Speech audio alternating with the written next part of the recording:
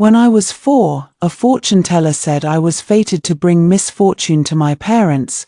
They sent me to a remote manor, and for 10 years, I never laid eyes on them once. They did not care if I lived or died. At 14, they fetched me home, only to marry me off. My elder sister, the legitimate daughter, laughed and said a fool marrying a sickly man was a match made in heaven.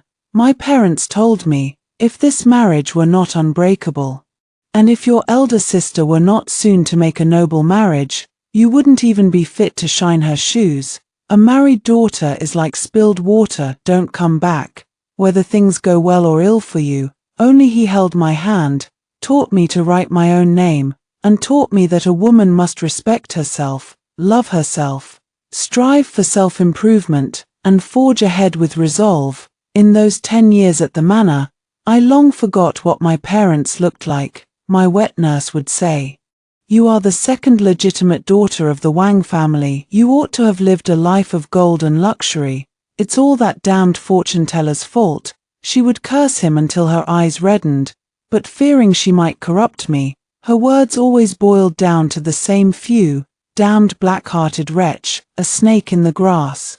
I would nestle by her side, smile up at the sky, and count on my fingers how many more days until my brother came back, and what rare trinkets he would bring me. The manor was far, far from the capital. I'd ridden in a carriage for days to get here, and upon arriving, several fierce old maids stood guard at the gate, saying, "By order of the master and madam, you are not to step outside." I was locked away in that house for 10 long years. I could not read or write, could not recite poems or compose verses, much less play the cheen or dance. I did not even know how to work in the kitchen, but my wet nurse would still praise me for being obedient. Say I was wonderful at growing flowers, that I was the finest girl in the world. My brother too would call me the best little sister there ever was. My brother was the wet nurse's son.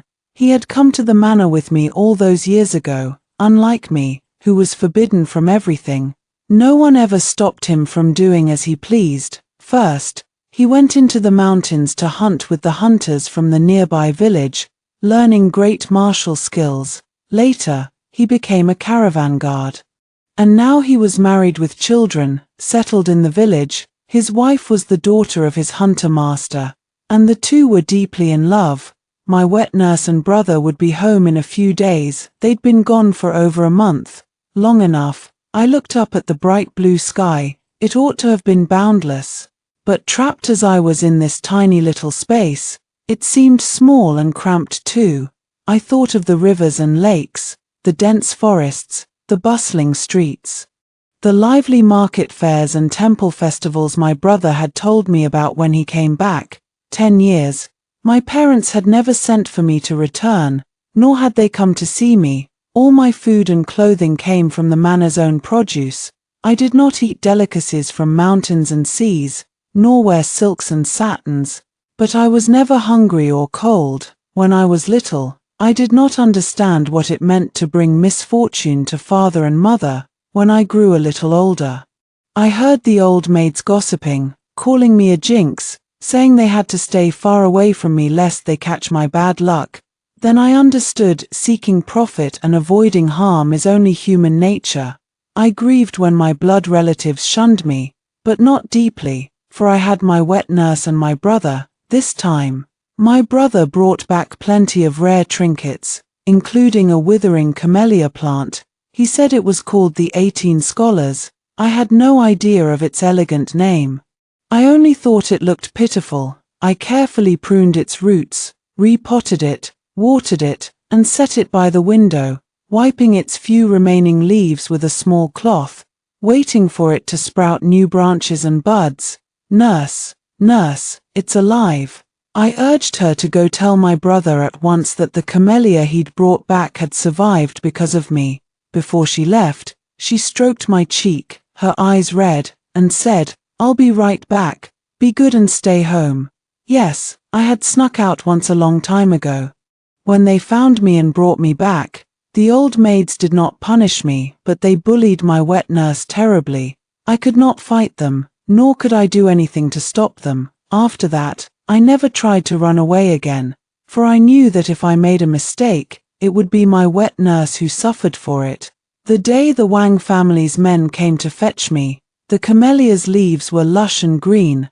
I listened to the man prattle on, but did not remember a single word, for he was lying, saying my parents missed me, that they had sent him specially to bring me home. I may have been unworldly, but I was not truly stupid. I could tell truth from falsehood well enough. My wet nurse, though, was overjoyed, thinking my long wait had finally borne fruit, that the clouds had parted and the moon shone bright at last. I could not bear to tell her the truth. This return home would likely take me from one cage to another, so I would not let her come with me, lest her heart ached for me and she did something irreversible. Miss, why, my brother often had to go away to make a living, my sister-in-law was with child, and the little ones needed someone to look after them. I'm going home to live a life of ease and comfort. Nurse, do not worry, I told her, once I'm settled, I'll send someone to fetch you and brother to the capital to live with me.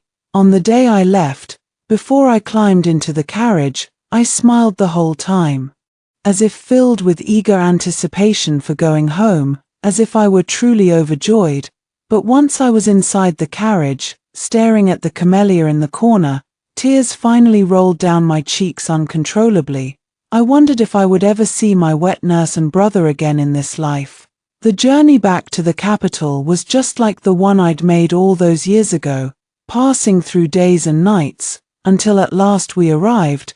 There was no warm welcome from my parents, no respectful greeting from the servants. I was taken to my mother, who was fresh from the bath, dressed in fine silk and luxurious robes, elegant, gentle, and regal. At her side, a pretty young girl tugged at her sleeve, acting coquettishly, crying, "Mother, mother, please agree, I beg you."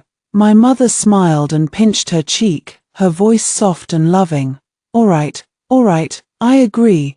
Tomorrow I'll have the tailor come to the house to measure you for new clothes. Thank you, mother. You're the best." They showed their affection for each other as if no one else was there. I stood to the side, silent and still. I thought I would grieve, would feel sorrow, but instead I watched them calmly, my heart untouched by any emotion. After all, though I had no parental love, I had my wet nurse, my brother, my own family. "Is she my sister?" The girl in fine silks walked up to me, her eyes sweeping over me with contempt. I wore a simple cotton robe. Though it was new, it was a world apart from the clothes and jewelry she wore. My mother glanced at me, just once, then frowned, her disgust all too obvious, and said in a cold, indifferent tone, "This is your sister." I called out softly, "Mother, elder sister." "Enough. Danhua, take her away." She paused, then asked, "Yusin, is there any empty courtyard next door?" "Madam, young miss, the cousin miss is staying in the courtyard next door, but there is a small empty courtyard in the same compound yonder," came the reply. Danhua said, "Then she'll stay in the same compound." "Danhua, take her there." I did not know where this compound was, nor did I have the right to choose or complain. My mother disliked me, my elder sister was arrogant and haughty, and Danhua, as a maid, had no respect for me whatsoever. When we arrived, I learned that this compound was where all my father's illegitimate daughters lived. The small courtyard assigned to me was not large, with only 3 rooms, and the air inside reeked of mildew. Danhua told the servants to clean it up and directed them to carry my things inside. I stood in the courtyard with my bundle in hand, waiting quietly. Some people peeked at me furtively, then quickly hid away. No one invited me to their courtyard to sit for a while, to have a cup of tea. "Second miss, it's all tidied up." I walked into the room. To put it nicely, it was simple and elegant. To put it plainly, it was shabby and poor. I did not care, though. When in Rome, do as the Romans do. I was insignificant. My words carried no weight, and a weak arm could not twist a strong thigh. It was better to be obedient, to live in peace, than to be beaten. made to stand in punishment, or forced to kneel. Danhua soon returned with 2 maids and an old woman, saying they were to serve me from now on, to obey my every order and errand. I could see they all loathed the thought of serving me, but had no choice. I sat in the room for a long while, and no one came in to pour me a cup of tea. I heard this one's a jinx, she brings misfortune to everyone around her. No way. I can't stay here, what if she curses me to death? I don't want to stay either. The 2 maids ran off. The old woman, though, slowly entered the room, bowed, and asked, "Miss, would you like a drink of water?" I shook my head, not intending to make things difficult for her. "Could you go fetch my luggage for me? I have a camellia plant, please bring it here first." "Yes, miss," she answered and left. Soon after, another round-faced maid arrived, seemingly very well-mannered. "This servant Siwa greets you, miss, rise." I told her to fetch some water. I had traveled far and wide, with no proper wash, and I wanted to clean up and sleep for a while. At that moment, I was parched and starving. I had not had a single drop of water, much less a bite to eat. In my mother's presence before she'd cast me aside in disgust and sent me to this small courtyard, if I fell asleep, I would not feel the hunger or the thirst. Siwa was quick-handed. She soon brought a pot of tea for me to moisten my throat, then went out again and came back with pastries and fruit for me to eat first. By the time the old woman and the servants brought my camellia and luggage over, the hot water was ready. After I bathed, Siwa helped me dry my hair. "Miss, your hair is so well cared for." I thought of all the ways my wet nurse had tried to nurture this jet-black hair of mine, all the care and effort she'd put in. I smiled a happy smile. There was no feast to welcome my return. No family member had come to see me in person, and my mother had not sent me any silver to spend, no rewards of food or drink. I was no different from the other sisters in the compound. Everyone in the mansion knew that I, the second legitimate daughter, was unloved by my parents, disliked by my 2 elder siblings. I had no desire to fight for their affection, either. Before I left, my brother had given me 20 taels of silver, enough to last me a long time. I would only wait quietly for my unknown fate to unfold. Half a month after returning home, Siwa brought me my monthly allowance, 5 taels of silver. I held the silver, smiling joyfully. If I lived frugally, I could save 60 taels a year, enough to buy several acres of farmland in the countryside and build a house. Then I would find a way to send the money to my brother and ask him to buy the land and build the house for me first. If one day I had nowhere to go, having such a place to call home would spare me the hardship of wandering aimlessly, of being homeless. Siwa told me to take 1 tael to reward the servants. I looked at her, and she waited quietly. "Is this for you all?"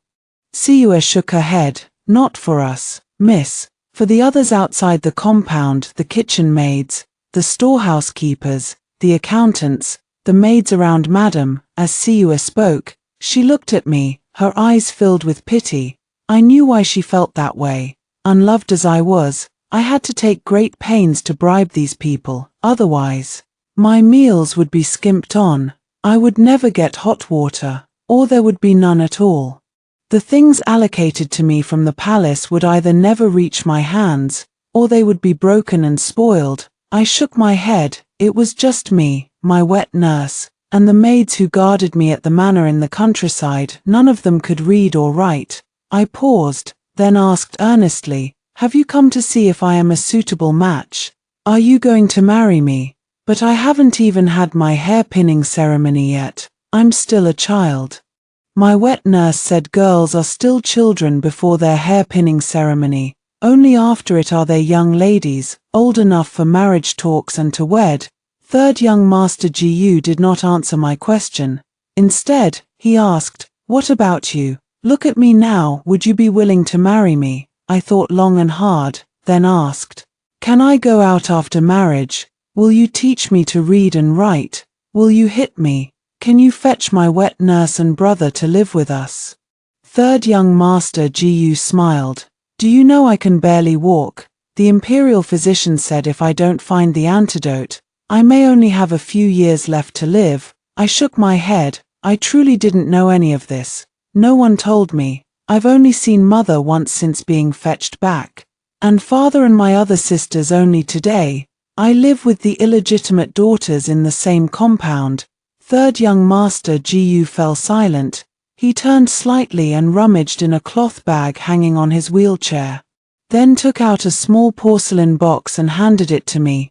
This is an ointment for bruises and pain. I've used it a few times. If you don't mind, it's yours. I certainly did not mind. My palm burned with a searing pain, utterly miserable. I took it at once and smiled at him brightly. Third young master. Thank you. It's just a small favor, Miss Wang. Third young master Gu looked at me, his gaze lingering until my cheeks flushed red. I did not understand why he stared so intently, as if deliberating a momentous decision. After a long while, he spoke again. Miss Wang, we are indeed here to talk of the marriage today. If you do not wish to marry me, I will tell the elders and call off the engagement. I clenched the porcelain box tightly in my hand. Third young master. I have no choice but to agree. I was sent away at 4, and they ignored me for 10 years. Now they've fetched me back solely to marry you. My parents will never allow me to refuse. If you turn me down, I will either be sent back to the manor and locked up for the rest of my life, or married off to someone at random. Marrying a stranger would be lucky. If I were given to some old man as a concubine, that would be a living hell, a den of wolves and tigers. Then are you willing? What choice do I have? A weak arm cannot twist a strong thigh. I came back alone, with only 2 maids and an old woman by my side, and I do not even hold my own indenture papers. To put it plainly, I am all by myself. I couldn't read a single character at the manor. My elder sister picked on me, making me recite the 3-character classic, a book I never learned, so she hit me without a second thought. I fell ill last night, burning with a fever and delirious. Siua went out to find a doctor. But no one would come. Today, no one has even asked if I am feeling better. The clothes I wear are too big, ill-fitting. The hair ornaments look pretty, but they're all fading. They care nothing for me. They left me for 10 years, then fetched me back to marry me, never once asking if I wanted to. I do not resist out of gratitude for their giving me life and raising me. Once I marry, I will never come back here easily. Third young master, if you have no one you love, then choose me. I eat very little. I have no demands for fine clothes, and I will never throw tantrums, though I am not like the young ladies of noble families who can play the qin, chess, write calligraphy, paint, recite poems, and compose verses. I am excellent at growing flowers and plants. No flower or grass in my care ever dies. Third young master Gu asked, you were not eager just now. Why are you suddenly willing to marry me? If I do not marry you, I have no idea what will become of me. I might be sent back to the manor, married off at random, or even given to a wretched old man as a concubine. I am afraid, more afraid than anything, of never seeing my wet nurse and brother again. You said you were poisoned and do not have long to live. Then, for as long as you live, I will take the best care of you. And when you are gone, speak a few kind words for me. Let me live alone, or become a nun and live a quiet life of cultivation. At the very least, I can live a pure life. No longer bound by my parents' so-called kindness of raising me, the garden was filled with the fragrance of blooming flowers, and a soft breeze carried the sweet scent to my nose. I fell silent after speaking, and third young master Gu was quiet for a long while. Then he stood up and bowed to me. I, Gu Chengyang, sincerely agree to marry Miss Wang II. After our marriage, I will teach you to read and write. Before I die, I will arrange a way out for you, so that you will no longer be bound by anyone, and may live your life in peace and joy, as you wish. My eyes reddened at his words.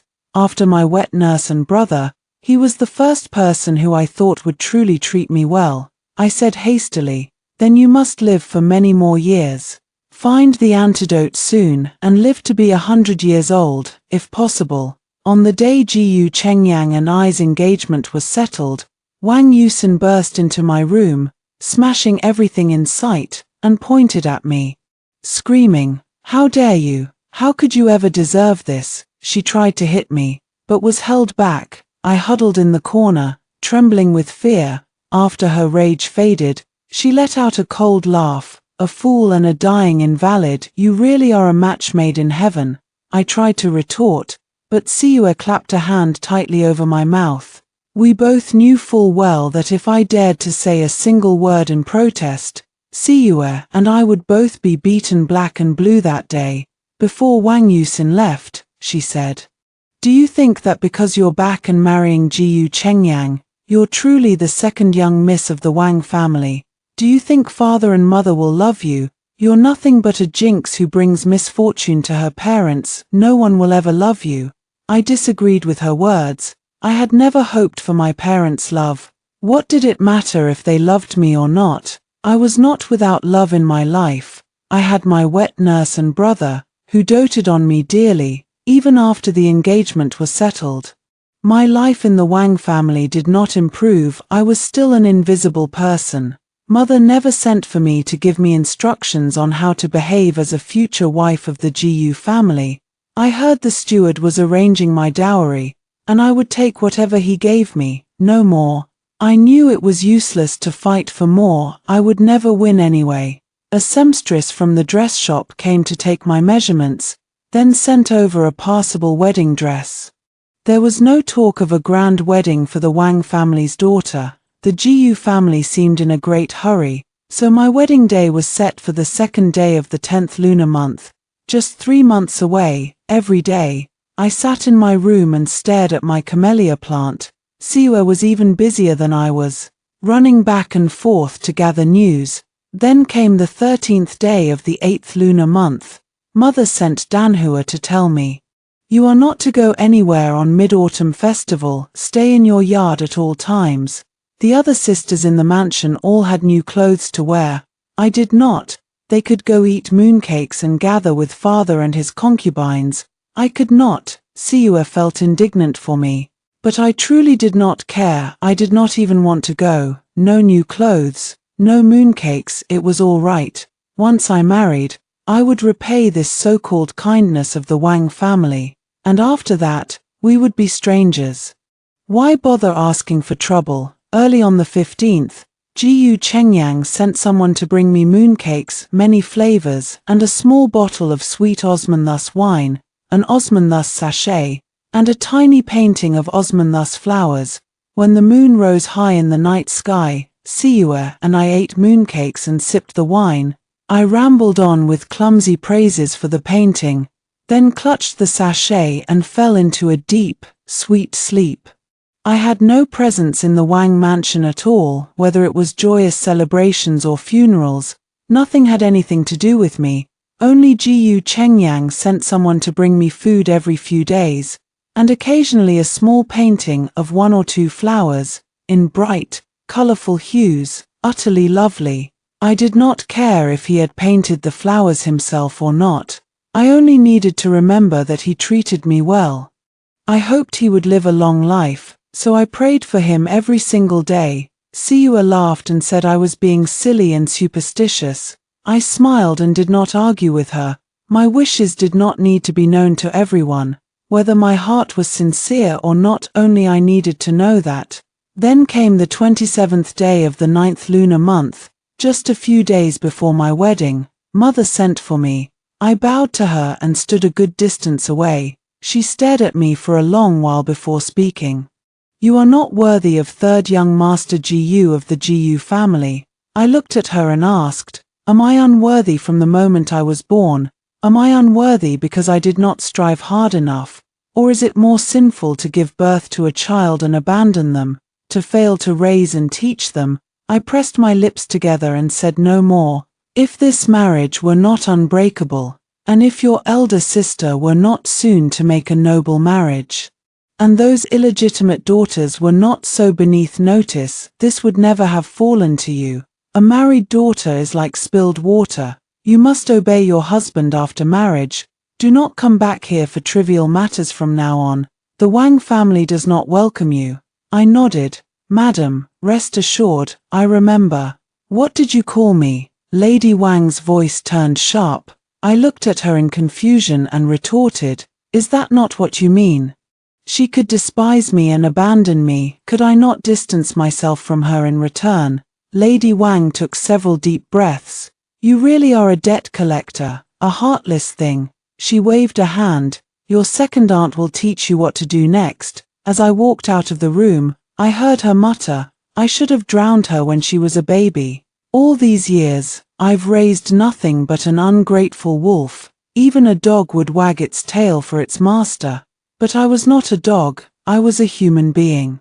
With 7 emotions and 6 desires, I had no learning, but I had a heart to feel, eyes to see, and ears to hear. As you sow, so shall you reap. She never gave me a single drop of maternal love. Why should I grovel at her feet like a dog, begging for affection? When I met my second aunt for the first time, she made excuses for Lady Wang, saying she had been unwell. I just smiled at her, a sweet, obedient smile. My second aunt fell silent for a moment, then sighed.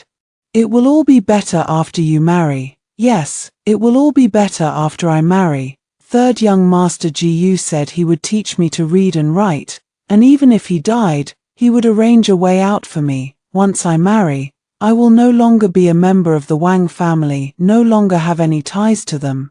My dowry was not much, but for someone who had never seen the world, it was more than enough. My second aunt stared at the dowry list and fell silent again. "Is there something wrong, second aunt?" "Your mother, I cannot read either, so I do not understand these things, but you will find out sooner or later, so I will not hide it from you. Aside from the betrothal gifts the Gu family gave, which you will take back with you, the things prepared for your dowry are all shoddy and cheap." "It does not matter," I said. "Madam said she will have no more contact with me after I marry. No one would want to throw a meat bun to a dog. She only sent me away back then, and did not strangle me. For that, I am already grateful to heaven and earth. From now on, we are strangers. Why hold on to resentment? My maids of honor were bought from outside, and had not been properly trained in manners, let alone court etiquette." My second aunt's face fell. "Yuan, I'll give you a few maids as part of your dowry." "Second aunt, I have no manners or shops to manage, nor silver to spare. I cannot afford to support too many people. Besides, Madam did not give me their indenture papers. After I marry into the Gu family, I will send them back. The only one I cannot bear to part with is Siue. If you can help me get her indenture papers, I will be forever grateful for your great kindness." My second aunt helped me get Siue's indenture papers and those of the 4 maids and 2 old women as well. On my wedding day, very few people came to see me off from the Wang mansion. My half-sisters kept their distance, and Lady Wang gave me no manners, no shops, no silver for my dowry box. Master Wang and my 2 elder brothers looked at me with cold eyes, and I did not call out to them. Only my second aunt secretly slipped me a banknote of 1,000 taels, telling me to keep it safe for emergencies. No elder brother carried me out of the mansion on his back for the wedding.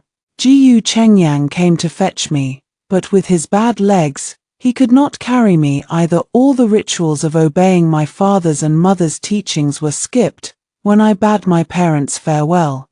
They uttered a few dry words, then said, "Go and marry." It was the matchmaker who helped me walk out. When I reached the gate, a voice shouted, and it was my brother's. I wanted to lift my veil to see if he had come alone, or if my wet nurse was with him too.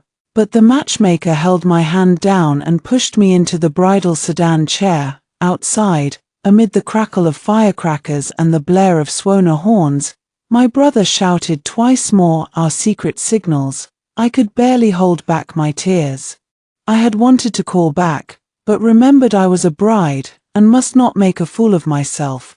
Though I myself was already a joke, I did not care about being a joke as Wang Yuan, for this joke was not of my own making, I had done nothing wrong. It was the Wang family who were narrow-minded, who were in the wrong.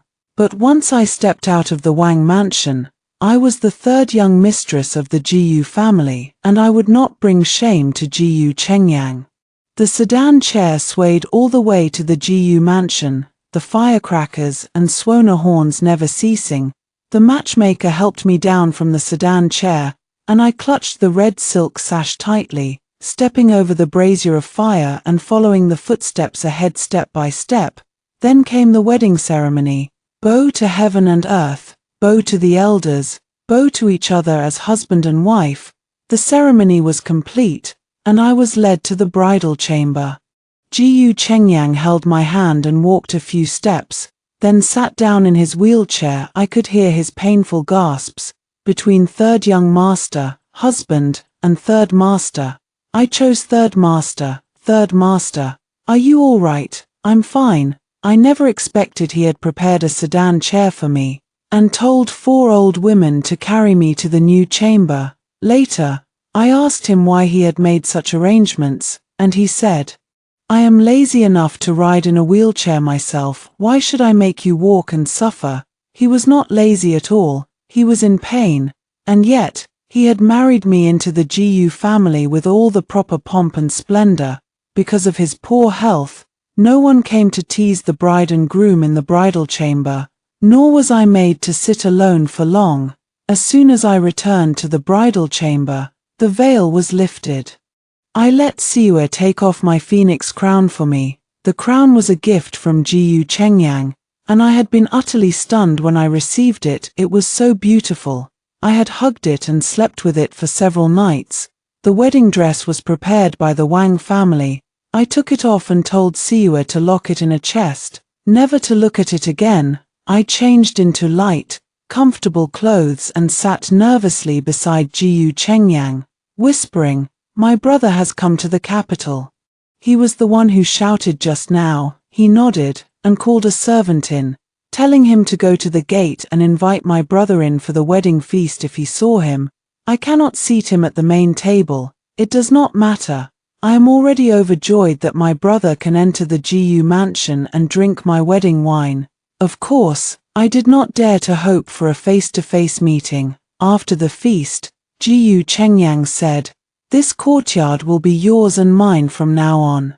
The front courtyard is only separated from this one by a garden. If you need anything, send a maid to let me know, or come yourself. I will arrange for your reading and writing lessons in a few days." I nodded repeatedly, and I could feel my eyes shining with excitement, grinning like a fool. "Third master, thank you."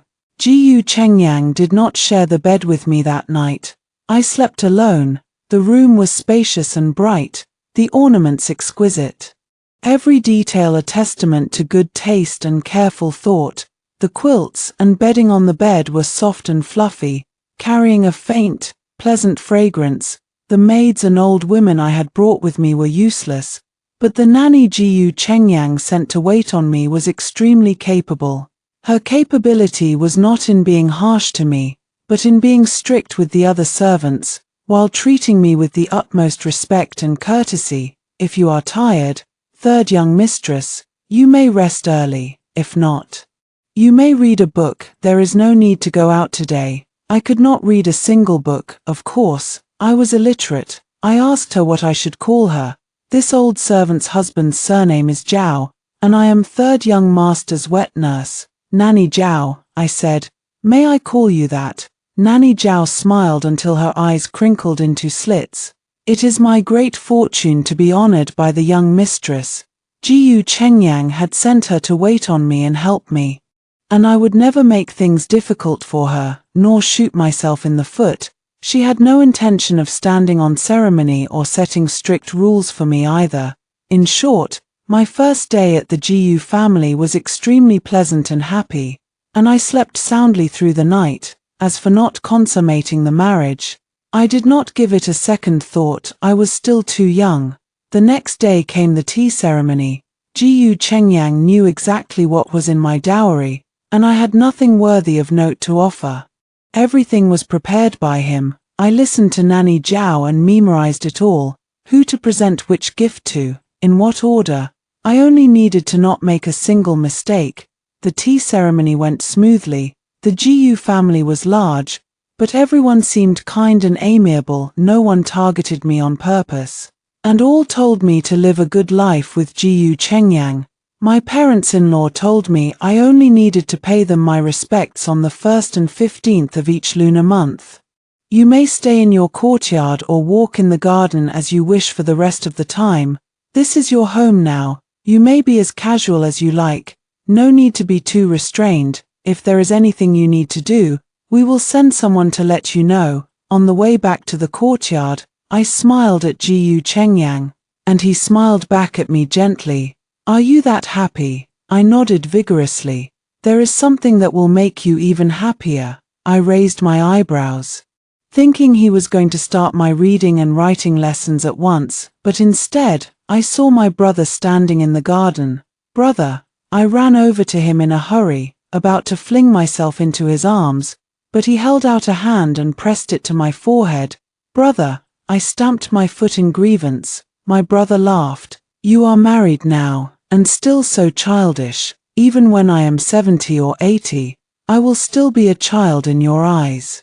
You have a sharp tongue. I can never win an argument with you. My brother's eyes were filled with smiles and doting affection. He smiled and withdrew his hand, taking a silk pouch from his arms and holding it out to me. This is a dowry gift from mother and your sister-in-law. I took it with a smile and opened it to look. There was silver inside. I did not lack silver now, but I did not hand it back to him in a hurry. I thought I would wait, and later exchange it for something else to send back to my wet nurse and sister-in-law with him. I turned my head to look at GU Chengyang, whose eyes were full of gentle smiles. Yuan, ask your brother to stay for a meal. We will have it in the side hall of my courtyard. What do you think? I could not have wished for anything better, and thanked him hastily. GU Chengyang took my brother by the sleeve and asked him in a low voice, how is the family? How is my wet nurse? How did you come this time? How long do you plan to stay? When will you go back? When will you come again? So many questions. Which one should I answer first? Answer them one by one. No skipping. You are so overbearing, my brother said, reaching out as if to pinch my nose, then pausing mid-air and patting my head gently instead. I had suffered so many grievances back at the Wang family, and yet my brother still treated me the same as always. My nose suddenly felt sour, and I almost shed tears. My brother was a guest, and GU Chengyang accompanied him. He did not drink alcohol, but he poured wine for my brother, and asked him about the places he had been to as a caravan guard. He could pick up the conversation on every topic my brother mentioned. When they talked about a certain place, he knew it even better than my brother. My brother was still working as a caravan guard. GU Chengyang asked, is it better than hunting? It earns more money, my brother said. I plan to bring some small trinkets back with me this time to see if I can sell them. If this business works out, I intend to make more trips. When I earn enough silver, I plan to move the whole family to the capital to live. But the capital is large and not easy to live in. Do you have a son or a daughter? GU Chengyang asked again. A little rascal. When he heard I was coming to the capital, he clamored to come and see his aunt. I listened to my brother speak, my heart filled with joy and longing, and used the serving chopsticks to pile food onto his plate and GU Chengyang's. Living in the capital is not a bad thing. I have a manor house outside the city. Empty, it can be yours to live in. If the child needs a tutor to start his studies, I can recommend one or two. My brother's hand, holding the wine cup, trembled, and wine spilled onto the table. He hurried to wipe it with his sleeve. Brother-in-law. This is too much. How can I accept this? Why not? I plan to transfer the ownership of that manor house to Yuan in a few days. You are her elder brother. What does it matter if my younger sister's elder brother lives in her empty manor house? Her nephew is my nephew too. Finding a tutor for my nephew is just a small favor. My brother stammered, unable to speak. I, however, smiled and said hastily, "Thank you, third master, you are so kind." I hurried to pour him more wine and ladle him soup, vowing to take the best care of him from now on, and to pray to heaven every day for him to live 100 years. Jiyu Chengyang smiled and said, "Yuan, eat your food too, brother, help yourself." When my brother left, he was walking on air. He whispered to me, "Live a good life with your brother-in-law. Do not mind his poor health. What matters is that he truly treats you well." I nodded vigorously. I would definitely live a good life with Jiyu Chengyang, and never let him down. I have taken excellent care of the camellia plant you brought me, brother. It will bloom in January or February next year. You must bring mother, sister-in-law, and the little one to see it then. If it is truly a rare variety, we can sell it and exchange the silver for brush, ink, paper, and inkstone for the little one. Good. After my brother left, I thought I should thank Jiyu Chengyang properly for all this. So I asked him if there was anything I could do for him. For example, the few chrysanthemum plants in his courtyard that were about to wilt, I could take care of them, prune and tend to them, and guarantee they would bloom better and bigger next year than this. Then I will trouble you, Yuan. It is no trouble at all.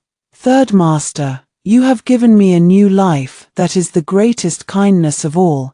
You also let me meet my brother again, and planned for my future. I want to do something for you too. I am not an ungrateful girl. I see and remember all the good things you do for me.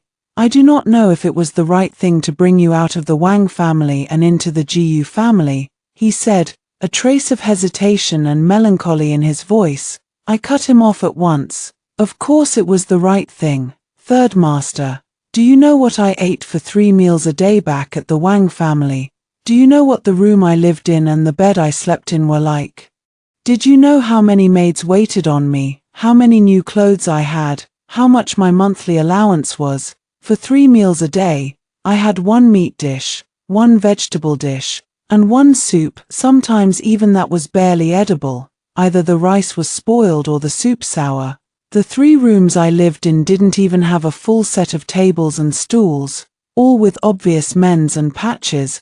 The weather's grown colder these days, yet I still cover myself with the thin summer quilt I had. Lucky for me I came when the weather was warm, otherwise I'd have frozen to death this winter. I had 2 maids and 1 old woman to wait on me, but apart from Siua, I barely saw the others from one day to the next. My monthly allowance was 5 taels of silver, and Siua had to run back and forth several times just to get it. That 5 taels was soon whittled down. 1 tael had to be given as bribes, otherwise I might not get a single meal or a drop of hot water. There were other half-sisters in the same compound, but not one would befriend me. When I spoke to them, they'd scatter like they'd seen a ghost, snickering as they ran. As for Wang Yusin, there's no need to say more. She'd barge straight into my room and smash everything in sight. If her maids hadn't held her back, she'd have hit me too. The Wang family was never my home, and the Wangs were never my family. Lady Wang said a married daughter is like spilled water. Told me not to come back for anything, big or small, lest I bring her bad luck. If I really were a jinx who brings misfortune to her parents, they'd have died months ago, wouldn't they? My wet nurse and brother all praise me. They say I'm the finest girl there is. I'm wonderful with growing flowers and plants. My wet nurse says only those with a kind heart, blessed by heaven, can connect with all things green and growing.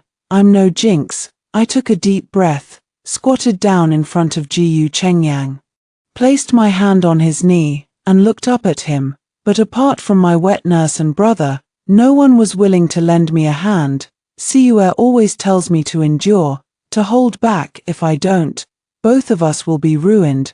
Only you stretched out your hand to me, pulled me out of that Wang family place. A prison worse than a den of tigers and wolves.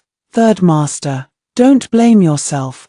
Being able to come to your side, I think it's a blessing I've earned over several lifetimes. I'm so happy I could scream. Last night was the most peaceful, restful night I've had since coming back to the capital. I don't have to worry anymore about being dragged out and burned or buried like a jinx. I ate until my stomach was stuffed full for all 3 meals today, because the food was so rich, so delicious.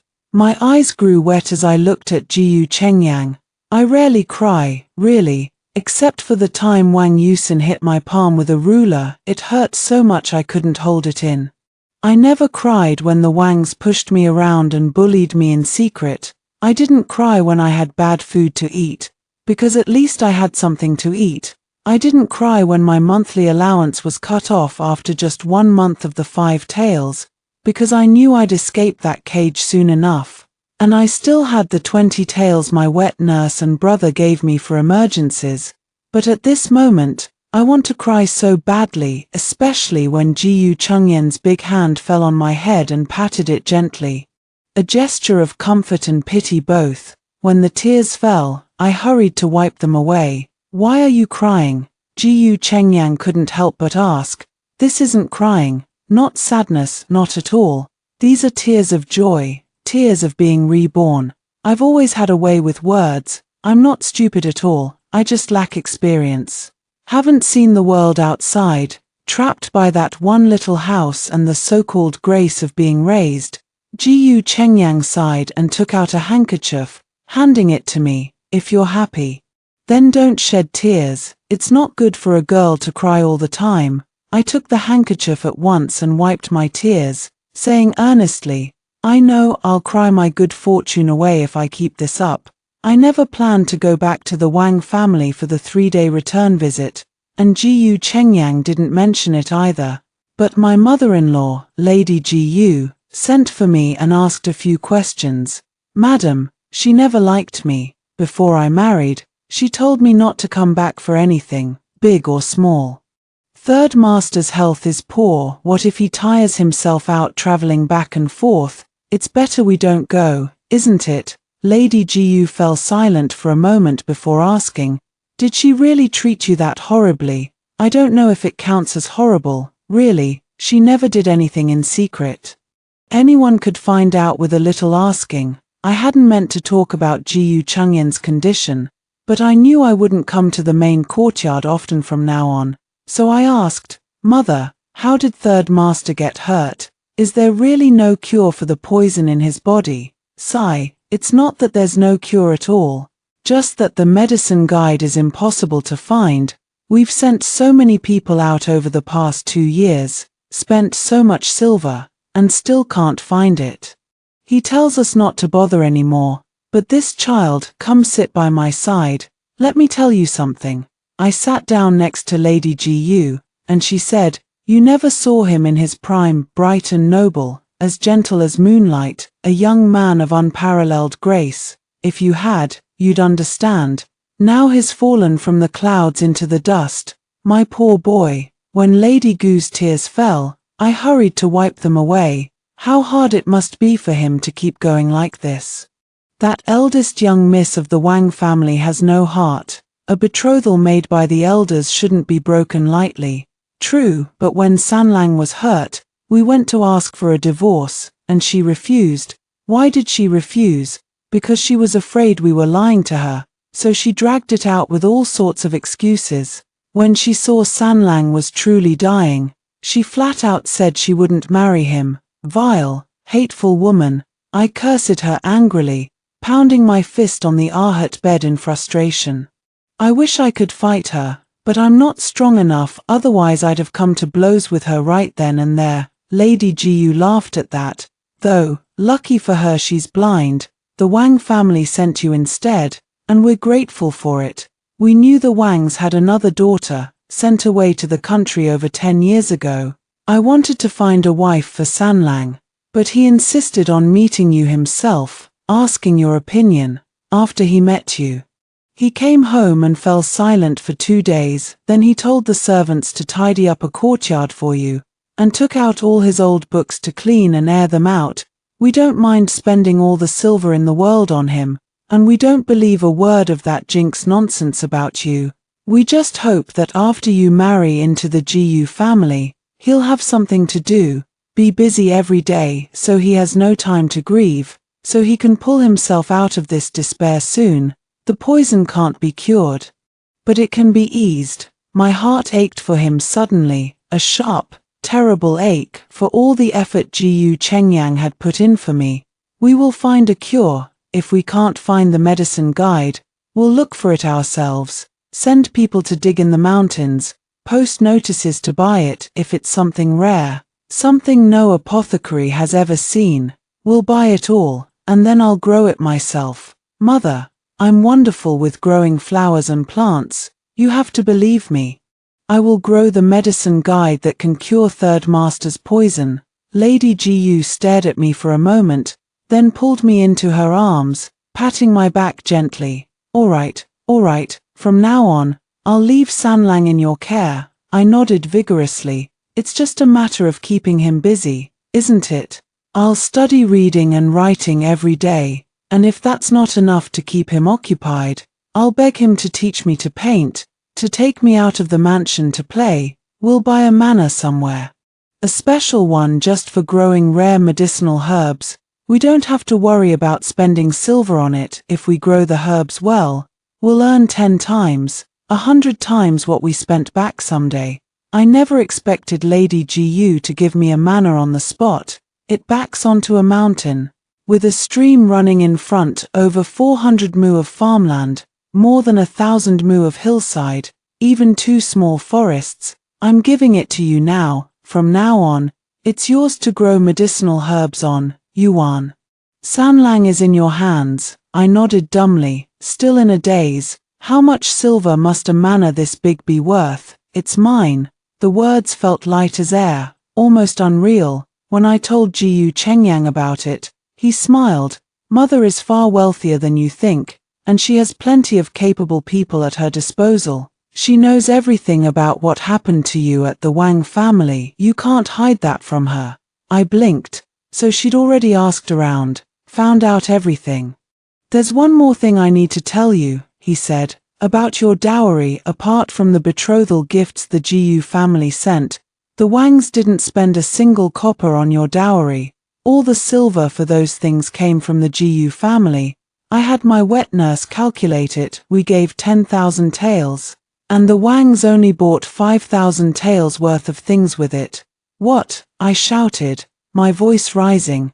How dare they be so shameless? I stormed around the room in a rage, stamping my feet repeatedly, grinding my teeth as I cursed them for their black hearts and rotten souls, silently wishing the Wang family would fall to ruin soon, that the 5,000 taels would buy them their coffins. But my heart ached so badly over it that I ate an extra half bowl of rice for dinner, and Jiyu Chengyang laughed at me, drinking an extra half bowl of soup too. Since we weren't going back to the Wang family for the visit, no one woke me up early the next morning. Nanny Zhao told the maids. The young mistress is still growing, let her sleep as much as she wants, wake her when she stirs. I had bird's nest soup for the first time in my life that morning. It was sweet, not particularly delicious, but not bad either, and just because it was my first time, I loved it all the more. I ate lunch with Jiyu Chengyang, practically shoveling the food into my mouth, while he picked up a chopstick or two of food for me every now and then. He didn't eat much, mostly just drinking soup. His meals always plain and light. Nanny Zhao told me, when he first found out there was no cure for his poison, he didn't speak a single word for over a month. 4 months. He only drank soup, not a single grain of rice or bite of meat. He wasted away to skin and bones. He only started eating again when he finally came to terms with it. He's such a poor thing, such a good man, my third master. I will grow so many rare medicinal herbs. I'll grow the medicine guide he needs, no matter what. I have a study now, in Jiyu Chengyan's courtyard. The brush, ink, paper, and inkstone on the desk. Jiyu Chengyang took me to the Jiyu family's storeroom to pick them out myself. They're all bright, colorful, exquisitely beautiful. I love them so much. Tomorrow is the day I start my formal studies. I went to bed earlier than anyone else, tossing and turning for ages before I finally fell asleep. When I woke up, the first thing I asked Siua was, "What time is it?" Is it dawn yet? I got up earlier than anyone else, of course. I dressed and tidied myself up, ate a good breakfast, then sat in the study waiting. When I couldn't sit still any longer, I touched everything, polished everything with a handkerchief, wiping every corner clean. By the time Jiu Chengyang got up, I'd wiped the entire study from top to bottom, washed the inkstone and the brush washer several times over. Third master, let's start. He stood behind me, wrapping his hand around mine, and wrote my name on the rice paper. Yuan, Mo Dao Sang Yu Wan, Wei Xia Shong Man Tian. He said my name must come from this line of poetry. I didn't understand what it meant, so he explained it to me. Do not say the evening sun is late, its glow still paints the sky full of rosy clouds. Don't give up halfway, he said. Even when you're old, you can still accomplish great things. Then he wrapped his hand around mine again and wrote a few more words. A woman must respect herself, love herself, strive for self-improvement, forge ahead with resolve. Yuan, these are my wishes for you. I hope you can live by these words. Respect yourself, love yourself, strive for self-improvement, forge ahead with resolve, because I can't stay by your side for many more years, can't protect you for the rest of your life. When I'm gone, you'll have to rely on yourself. What I leave you, you'll only be able to keep if you have the skill to do so. I clung tightly to him, sobbing into his chest. Then you must live for many more years. I'm a little slow. I won't learn things quickly. You have to live long enough to teach me everything. You have to be responsible for me. He sighed after a long moment. Very well. I had the words Jiu Chengyang wrote framed and hung them in my room, looking at them every day to encourage myself. I have a good memory. And memorized the 3-character classic in no time. Jiu Chengyang would explain the meaning once, and I'd understand it at once. He said I was a quick learner, and as a reward, he'd take me out to play. Going out to play, my eyes grew wide, my mouth stretched into a grin from ear to ear. I couldn't hide my joy at all. I tidied myself up in a flutter of excitement, packing several sets of clean clothes. We weren't just going out for a little while, we were going to stay away for a few days. I ran back to the courtyard at full speed, telling Siwa to pack our things quickly, and took some silver with us too. Nanny Zhao warned me not to run off anywhere once we were outside, to stay close to Jiu Chengyang. While directing the servants to pack and load the trunks, they were busy, and I didn't idle either. Hearing we were going to stay at the manor, and that Jiu Chengyang would likely paint while we were there, I made sure to pack plenty of pigments. Dozens of people accompanied us on this trip, several carriages, maids, old women, bodyguards all in tow. I sat in Jiu Chengyang's wide, spacious, warm carriage, staring at him with bright eyes. Once we're out of the city, you can lift the curtain and look around. Jiu Chengyang smiled. Amham. When we left the city, I lifted the curtain, and the cold wind rushed in. I closed my eyes and took a deep breath, catching an indescribable scent. Perhaps it was freedom, or perhaps pure joy and happiness. I looked at Jiu Chengyang. Thank you, third master. Jiu Chengyang smiled, sipping his tea, and asked, do you want to ride a horse? I can't, I'll take you. His manservant Qingyu led over a tall, mighty white horse. Looking at him with misty eyes, I thought to myself, how dashing and handsome Jiu Chengyang must have been once. I'm sure he hadn't ridden a horse since the accident. He was doing this just for me. The carriage was pulled close, and Jiu Chengyang, tall as he was, mounted the horse easily. Though his brow furrowed for a moment, no doubt from the pain, but soon his eyes softened, and he held out a hand to me. Yuan, come here. He wanted to ride this horse, wanted to stand tall again. I couldn't dampen his spirits at a time like this, let alone refuse. I placed my hand in his, and he pulled me up onto the horse, setting me in front of him. Wow, I gasped. Third master, we're so high up. He urged the horse into a gentle trot. I heard him stifle a groan. Third master.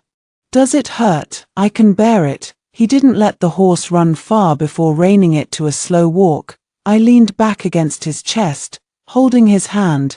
Third master, you'll get better. I know you will. I'll definitely get better, Jiyu Chengyang said, nuzzling the top of my head with his chin. I turned my head and looked up at him, grinning like a fool. He stared at me blankly for a moment, then called out, Qingyu, bring the brush and ink. Master, you're going to paint? Yes. With just simple black ink on white rice paper, he painted a horse, a tall man holding a petite woman in his arms. The woman tilted her head up, the man bowed his head slightly, and both had smiles in their eyes, pure, bright smiles, as if they'd caught a glimpse of hope, of a future. Third master, is this you and me? It is. Third master, it's beautiful. I only found out from Qingyu later. After the accident, Jiyu Chengyang had not ridden a horse, nor held a brush, let alone read or painted.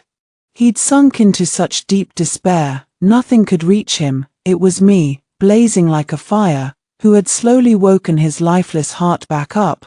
We were going to the manor Lady Jiyu had given me. It was cold outside, but it hadn't snowed yet, and luckily, there'd been no rain lately. The dirt road was bumpy, but at least the carriage wheels wouldn't sink into the mud, even jostled about. I was happy. Jiyu Chengyang couldn't ride the horse with me all the time, but I could ask Qingyu to lead it for me. Sitting on the horse's back, watching villages, trees, rivers pass by, I trembled all over with joy. I had to be brave, learn to ride a horse, not fear falling and breaking a leg, not fear being stepped on by a horse's hoof. The feeling of galloping on a horse must be wonderful beyond words. We traveled slowly, stopping to stay the night with a peasant family. The family was simple and honest, the food plain and unrefined, but I thought it was delicious. Jiyu Chengyang still ate very little. And he still loved soup the most. Chicken soup simmered slowly over a small fire, served with scallion noodles and a handful of greens. It was the most delicious midnight snack ever. I could eat a big bowl, while he only had a small half. He said he'd once been very strict with himself, not drinking a single drop of water after a certain hour, never touching midnight snacks at all. Now, though, seeing how I savored the food, he couldn't help but taste a little too. Living a free, unhurried life like mine, it seemed, had its own charm. Staying with the peasant family, the quilts were changed to the soft, fragrant ones I liked, and I slept more soundly than ever. The next day, I sat in the carriage bright-eyed and bushy-tailed, facing Jiyu Chengyang and reciting the three-character classic. I'd already memorized it perfectly, but he made me recite it over and over again. Read a book 100 times, and its meaning will reveal itself. He had a whole set of such wise sayings, all sounding perfectly reasonable, so I recited and recited. We traveled slowly on the road, stopping in towns to stay at inns. Jiyu Chengyang saw my eyes lingering outside the inn, and knew I wanted to go for a walk. I nodded vigorously. Let's settle in first, then I'll take you out to see the town. Thank you, third master. Jiyu Chengyan's room was right next to mine. I'd planned to just wash up quickly, but Siwa urged me not to. If Jiyu Chengyang kept himself spotless while I was messy and unkempt, he might grow tired of me after a while. I thought Siwa was absolutely right, though I didn't think I was dirty. Who didn't like a clean, fresh, sweet-smelling young girl? The small town wasn't big, with only a few shops, and a casual walk would take you to the end of it, but an old woman at the alley mouth was selling sesame cakes and wontons, and the smell was divine. Third master, I swallowed hard, tugging at his sleeve. Jiyu Chengyang told Qingyu to push his wheelchair over. We ordered more than a dozen sesame cakes and several bowls of wontons. Jiyu Chengyang only ate one bite of a sesame cake, 2 wontons, and sipped 3 or 4 spoonfuls of soup. He even praised the taste, a rare thing. I, on the other hand, ate 2 sesame cakes and a whole bowl of wontons, and if I hadn't feared indigestion, I would have eaten more. Granny, do you set up your stall here every day? My home's in the alley at the back. I'm here every day as long as the wind and rain hold off. Been selling here for decades now," the old woman said, smiling warmly. As she spoke, an old man came over with a bunch of freshly cut green onions from his home. Then smiled and collected our bowls to wash them at the side. They were clearly an old couple. "Granny, do many people come to the town to sell medicinal herbs around here? Tomorrow's the market day. Herbal pickers from the nearby villages all come to sell their herbs, and apothecaries from the county town come to buy them too. It's quite lively. If you young lady aren't in a hurry to leave, you can stay and join in the fun." I looked at Jiyu Chengyang, and he said, "Then we'll stay one more day and leave the day after tomorrow." It was my first time going to a country market, and I was filled with anticipation. I wasn't hungry after eating the sesame cakes and wontons, but the innkeeper was quite the businessman, saying one of his cooks was excellent at roasting meat, and asking if we'd like to try some. "Third master, let's have roasted meat." Jiyu Chengyang didn't eat a single bite, but Siyue, Qingyu, and I ate until our stomachs were stuffed to the brim. Having to hold each other up to walk, it was that delicious. I made a deal with Jiyu Chengyang. We'd have roasted meat again tomorrow night, and once more when we came back. I hoped he'd try a bite or two then. Jiyu Chengyang shook his head helplessly at our stuffed faces, only saying we mustn't eat like that next time. It would do our stomachs no good. Ham, I nodded repeatedly. It was just the first time I'd tasted such delicious roasted meat. I couldn't help myself, I was greedy. And so happy that I'd eaten too much without realizing it. To avoid indigestion, Siyue and I stood in the room for half the night, until we were nearly nodding off. As I lay down, I told Siyue I'd never overeat like that again. The next morning, the innkeeper prepared chicken kanji, fresh and tender, served with his own pickled vegetables. It was absolutely delicious, and I ate a whole bowl. I was about to get a second when I felt Jiyu Chengyang's calm gaze on me. "Just a small half bowl more, then." Jiyu Chengyang said softly, "Today's the market. There will be all kinds of snacks to eat. Are you really still going to have kanji?" "Oh right. How could I forget such an important thing? It was all my fault for never having been to a market, not even knowing there'd be snacks to buy there." I slowly set down my chopsticks and spoon, my heart already flying off to the market. The town was small, but the market was crowded with people, and they were selling all manner of things I'd never seen before. The bamboo woven wares looked incredible. I would have bought one of everything if I could have carried it all. There were toads carved from bamboo roots with inlaid eyes, each with a different pose, and they weren't even expensive. I looked at Jiyu Chengyang. "Third master, can I buy them all?" "Buy whatever you like." I noticed that Jiyu Chengyang would frown a little when I bought food, but he never objected when I bought all these little trinkets. The bodyguards with us carried bamboo baskets slung over their shoulders, filled with all the little things Jiyu Chengyang had bought for me, happiness I'd never known since I could remember. A man laid out some things from his basket on the ground, saying they were medicinal herbs he'd dug up from the deep mountains, but no one knew what kind they were. Some people thought they were strange and asked a few questions, but no one bought them, probably because the man was asking a high price. I looked at Jiyu Chengyang. What we needed most right now was rare medicinal herbs like this. Qingyu stepped forward at once to ask the price, and I followed, curious. I busted my tail to dig these up from the deep mountain forest. The man said, "When they bloom in spring, they're beautiful, smell lovely too. I sold a few clumps back in spring, but none as big as these. If you like 'em, 2 taels of silver and they're yours." I hurried to ask, "What color are the flowers?" "They start off white with a pink tinge, then slowly turn a deep pink as they bloom."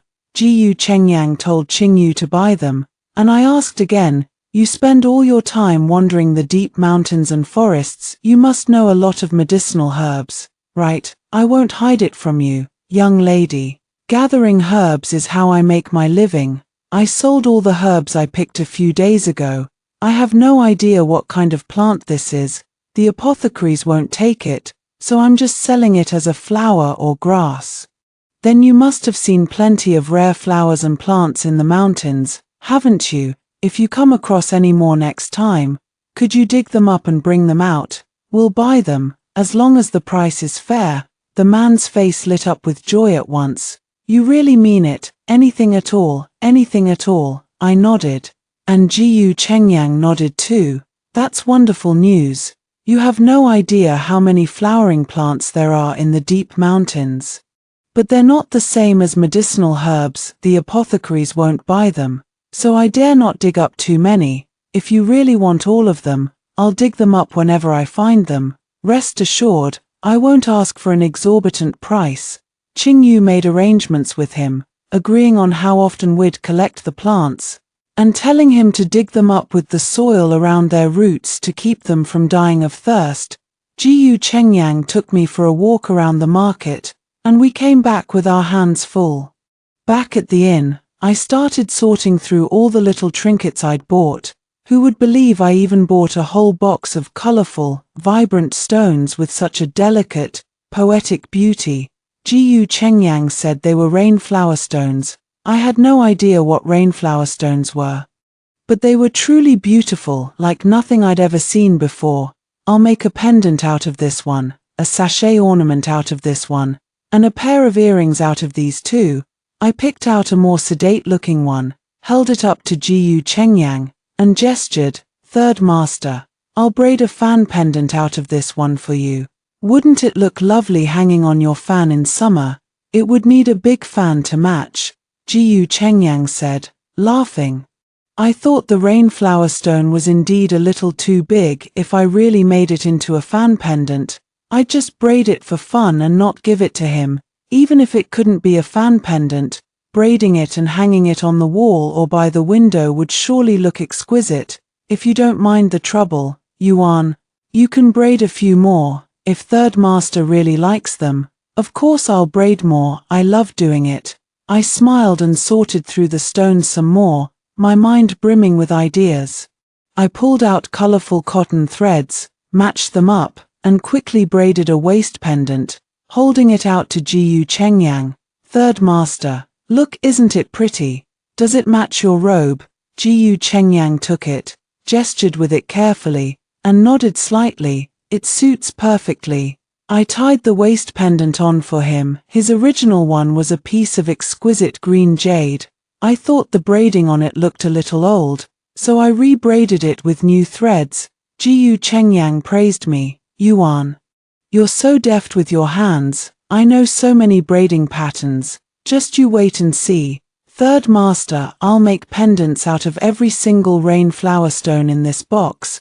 I made one for each of the maids around me, like Siue, but not for the bodyguards. They were all men, except Qingyu, who asked for 2 for his younger sister. I put the rest away, planning to give them to my family when we got back to the capital. These things aren't worth much. It's just a small token of my affection. For the sake of their beauty, Siwe fawned over hers for 2 days, then put it away and never looked at it again. Only Jiyu Chengyang wore his waist pendant every day, and even asked me to braid a few more in different patterns and colors so he could change them out. What was supposed to be a few days' journey turned into nearly 10 days with all our stops and starts. We were lucky, though it didn't rain a single step of the way, and only started drizzling when we got close to the manor. An autumn rain brings a chill, let alone in the days leading up to winter. I thought I even felt a few snowflakes mixed in with the rain. I lifted the carriage curtain, pushed open the wooden window, and a blast of cold air rushed in. I quickly closed the window and fixed the curtain. It was freezing outside. When we got to the manor, there would be earth dragons and fire pits, and we could roast sweet potatoes then. I sighed with longing just thinking about it. "Have you been to this manor before, Third Master?" "I came here once with Mother years ago, to stay for a while. The fish in the stream by the gate are especially fresh and tender, stewed with tofu. The soup is absolutely delicious. The tofu soaks up the fresh fish flavor and is so soft and smooth. I couldn't help swallowing hard, and quickly wiped the corner of my mouth to keep from drooling. Jinx.My laughed. Look how eager you are. When we get to the manor, I'll tell the servants to catch some fish and make the soup for you. Just one thing, don't be greedy. I nodded vigorously, took his arm, and acted coquettishly. You're the best. Third Master. The manor was large, with a village of dozens of tenant families living on its land. They made their living from the manor's fields. We lent them our farmland, and they gave us a tenth or two of their grain harvest. They were the Gu family's tenants, and from now on, mine. Are they good, honest people? Jinx.My asked. The steward of the manor was a lean old man, already past his 50th year. He had 3 sons, all married with children, and many grandchildren and great-grandchildren, a truly blessed family with children and grandchildren around him. His whole family lived in a small courtyard next to the main manor house. I received word of your coming, Third Master, and have already had the entire manor cleaned from top to bottom. The earth dragons in the main courtyard are already lit. When he looked at me, he first bowed, then asked respectfully, Young mistress, is there anything you don't eat, or anything you particularly like? I looked at Jinx.My, and he said helplessly, Go check the stream and see if you can catch a few fish, stew a pot of fish and tofu soup, and make a few side dishes. The young mistress has no dietary restrictions, just nothing too spicy. Besides the steward, there were 2 old women and their families living on the manor. Acting as his assistants, the entire manor was spotlessly clean, and it felt so pleasant to be there. The earth dragons in the main house were lit, and walking inside was warm and cozy, pure bliss. This house is so comfortable. I'd never lived in such a nice place in the 10 years at the Wang family's manor. The maids there had never treated me with such respect either. I even thought the sweet soup served at the manor was delicious. And the wheat cakes too, especially when the wheat cakes were roasted over the charcoal fire, the outside charred and crispy, sweet and fragrant. The fish and tofu stew was simply divine, and I ate 2 full bowls. If Jinx.My hadn't cleared his throat a few times to remind me, I could have eaten a third. Uncle Hu, can we have fish and tofu stew again for lunch tomorrow? If the young mistress likes it, I'll tell the kitchen to make it. The young mistress can also try the deep-fried fish, even the bones are fried crispy. My mouth watered at the thought. I'd eaten the dried small fish my brother had brought me from his travels, which were also crispy. You could bite down and chew the bones right up. Then you can arrange it, Uncle Hu. I'll try everything delicious on the table first, then decide which one I like the most and have it more often. Jinx.My and I lived in adjacent rooms, and instead of beds, the manor had kangs. I'd gone to look. They burned firewood at the back of the house to heat the kangs, then laid out thick mattresses, and they were warm all night long. We lazed about for only 1 day before I had to start my reading and writing lessons again. In the warm, cozy room, I held the 3-character classic and read it earnestly, memorizing what each character looked like. Jinx.My said once I'd read enough and memorized their forms, I'd start copying them, and finally writing them from memory. I read hard, and Jinx.My read a book beside me. I'd flipped through his book once, and only recognized a few characters. He was truly a man of immense talent, so amazing. I had to work hard at my lessons, learn to read and write as many characters as he did. I didn't dream of becoming a talented lady. I just wanted to make the most of this chance to study, not waste the time Jinx.My was taking to teach me. Despite his pain, "You've been reading for a long time," he said. "Go out and play for a while." I shook my head. I didn't really want to go out.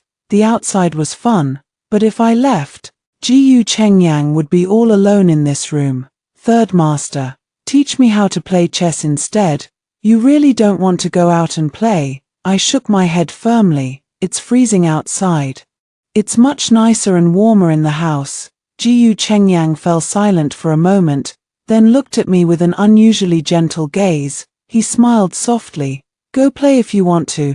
You're at an age where you should be carefree and play to your heart's content. A young girl shouldn't cooped up in a room all the time. Go play, and let me have a little peace and quiet too. I glared at him. Are you tired of me being too noisy? I'd even felt sorry for him, all alone and lonely. Hey, then I'll go play. If he thought I was noisy, I thought he was too quiet and boring. I took Siua with me, and called the steward uncle whose young son and daughter. They said they'd take me to the stream to catch fish. It was my first time using a bamboo fish trap. We set the trap at a narrow spot in the stream, then took bamboo poles from the upper reaches and thrashed them in the water. I watched in amazement as the fish swam over in a hurry and darted into the bamboo trap. They're in. I couldn't help but wonder, do these fish breed on their own, or are they raised on purpose? Uncle whose younger daughter said, they all breed on their own. The fish in that pond over there are the ones we raise. We cut grass to feed them every day. There wasn't much difference in taste between the wild fish and the farmed ones. If I had to say, the wild fish were smaller, and the farmed ones were bigger. I wasn't a food connoisseur who could tell how many spices were in a dish or what heat it was cooked at. I just wanted to satisfy my taste buds. Plain and simple, either it was delicious, or it wasn't. Uncle whose daughter told me, I've been to the mountains. There are all kinds of wild fruits and game in the forests there. Young mistress, do you want to go to the mountains? I was curious, but I had no desire to risk danger. Not to mention the deep mountains and forests. I wouldn't even go to the tenant family's houses if they were far from the manor.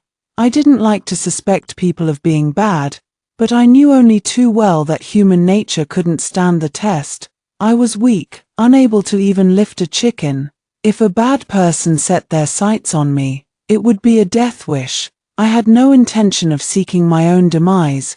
When Uncle whose daughter first talked about how wonderful the mountains were, I didn't suspect her of having bad intentions, but when I refused, and she kept going on and on about it, I knew she was up to no good. It was too cold to even want to go out. If it were spring, though, I might take a walk in the mountains, then I'd have an excuse to look for medicinal herbs. I just couldn't understand why she wanted to harm me. I couldn't deal with her on my own. So I went back to the house, and when no one else was around, I told Jiyu Chengyang about it. Third Master, what do you think she's up to? Does she want to harm me? Jiyu Chengyang was a gentle man, rarely frowning. He was well-read and worldly wise. I couldn't see through Hu Xiaomei's scheming, but he surely did. He did not say a single bad word about her, nor rebuke her in the least. Instead, he said softly to me, we'll stay 2 more days, and head back when the weather clears up. Third Master, why won't you tell me the details? If you don't, I'll never know or understand. And I might be tricked again next time. Jiyu Chengyang told me to close the window. I ran over to shut it at once, sat opposite him, and looked at him earnestly. Does it upset you to know Hu Xiaomei wants to harm you? I shook my head. No, it doesn't. I have no connection to her at all. I'll leave after a few days. And who knows when I'll come back? We have no bond, no affection. She tried to harm me and failed. I'll stay far away from her from now on, and not give her another chance. Have you ever thought of getting revenge? Jiyu Chengyang asked again. I nodded. I don't know how to get revenge. Should I hit her, or tell her father on her? If I tell her father, will she be punished? I've never been through anything like this. You don't have to do anything, he said. Don't run around aimlessly from now on either. I'll teach you how to play chess. All right. I nodded obediently at once. Hu Xiaomei came to call me a few more times, and I turned her down every time, saying I had to study and recite my lessons. The look she gave me when she left was dark and frightening. I even had a nightmare about it that night. I dreamed I was thrown into the deep mountains and forests, torn to pieces and devoured by jackals, tigers, and leopards one after another.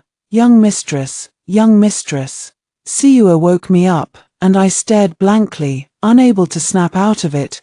It was not until Jiyu Chengyang walked in, wrapped in a robe, that I threw myself into his arms and choked out, Third master, let's go home, it's terrifying here. If we stay any longer, what if I can't help but snap at jinx.My, or tell her father on her, or even punish her with my own hands? None of that is what I want to do.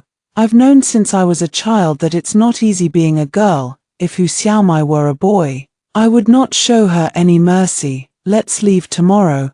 We won't take the road we came on, we'll take a detour and wander around other places.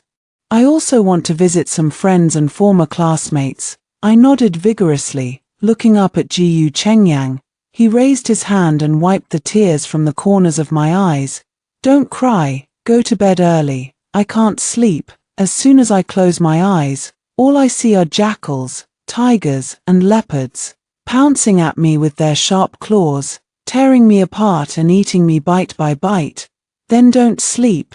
Tell the servants to pack our things, we'll leave at dawn. Jinx doted on me, loved me dearly.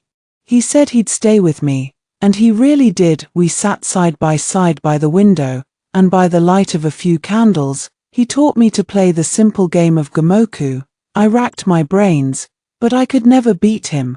I cheated, going from having 5 extra pieces to 10, 20, 30. In the end, I simply swapped the black and white pieces, and even snuck extra pieces onto the board.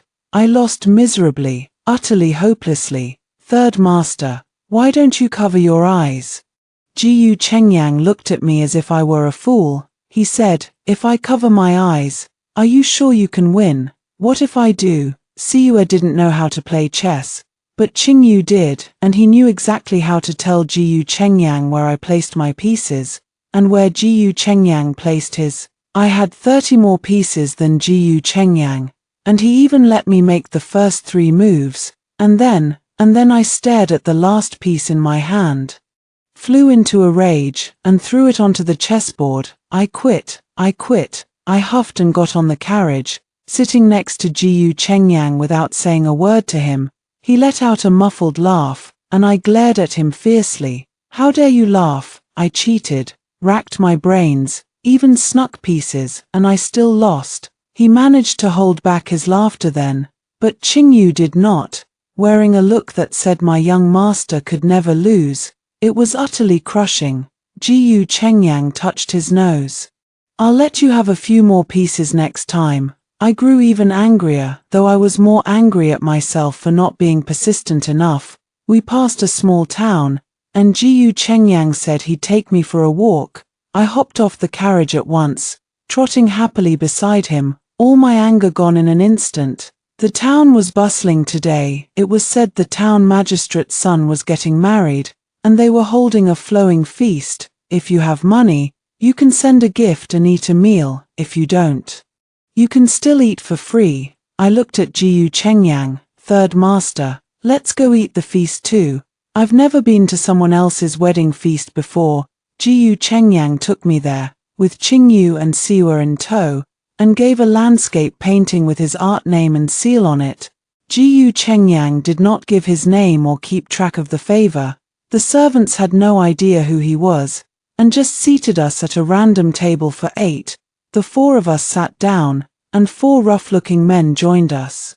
They had been talking loudly, looking ready to eat their fill, but they fell silent the moment they sat down, barely daring to touch their chopsticks.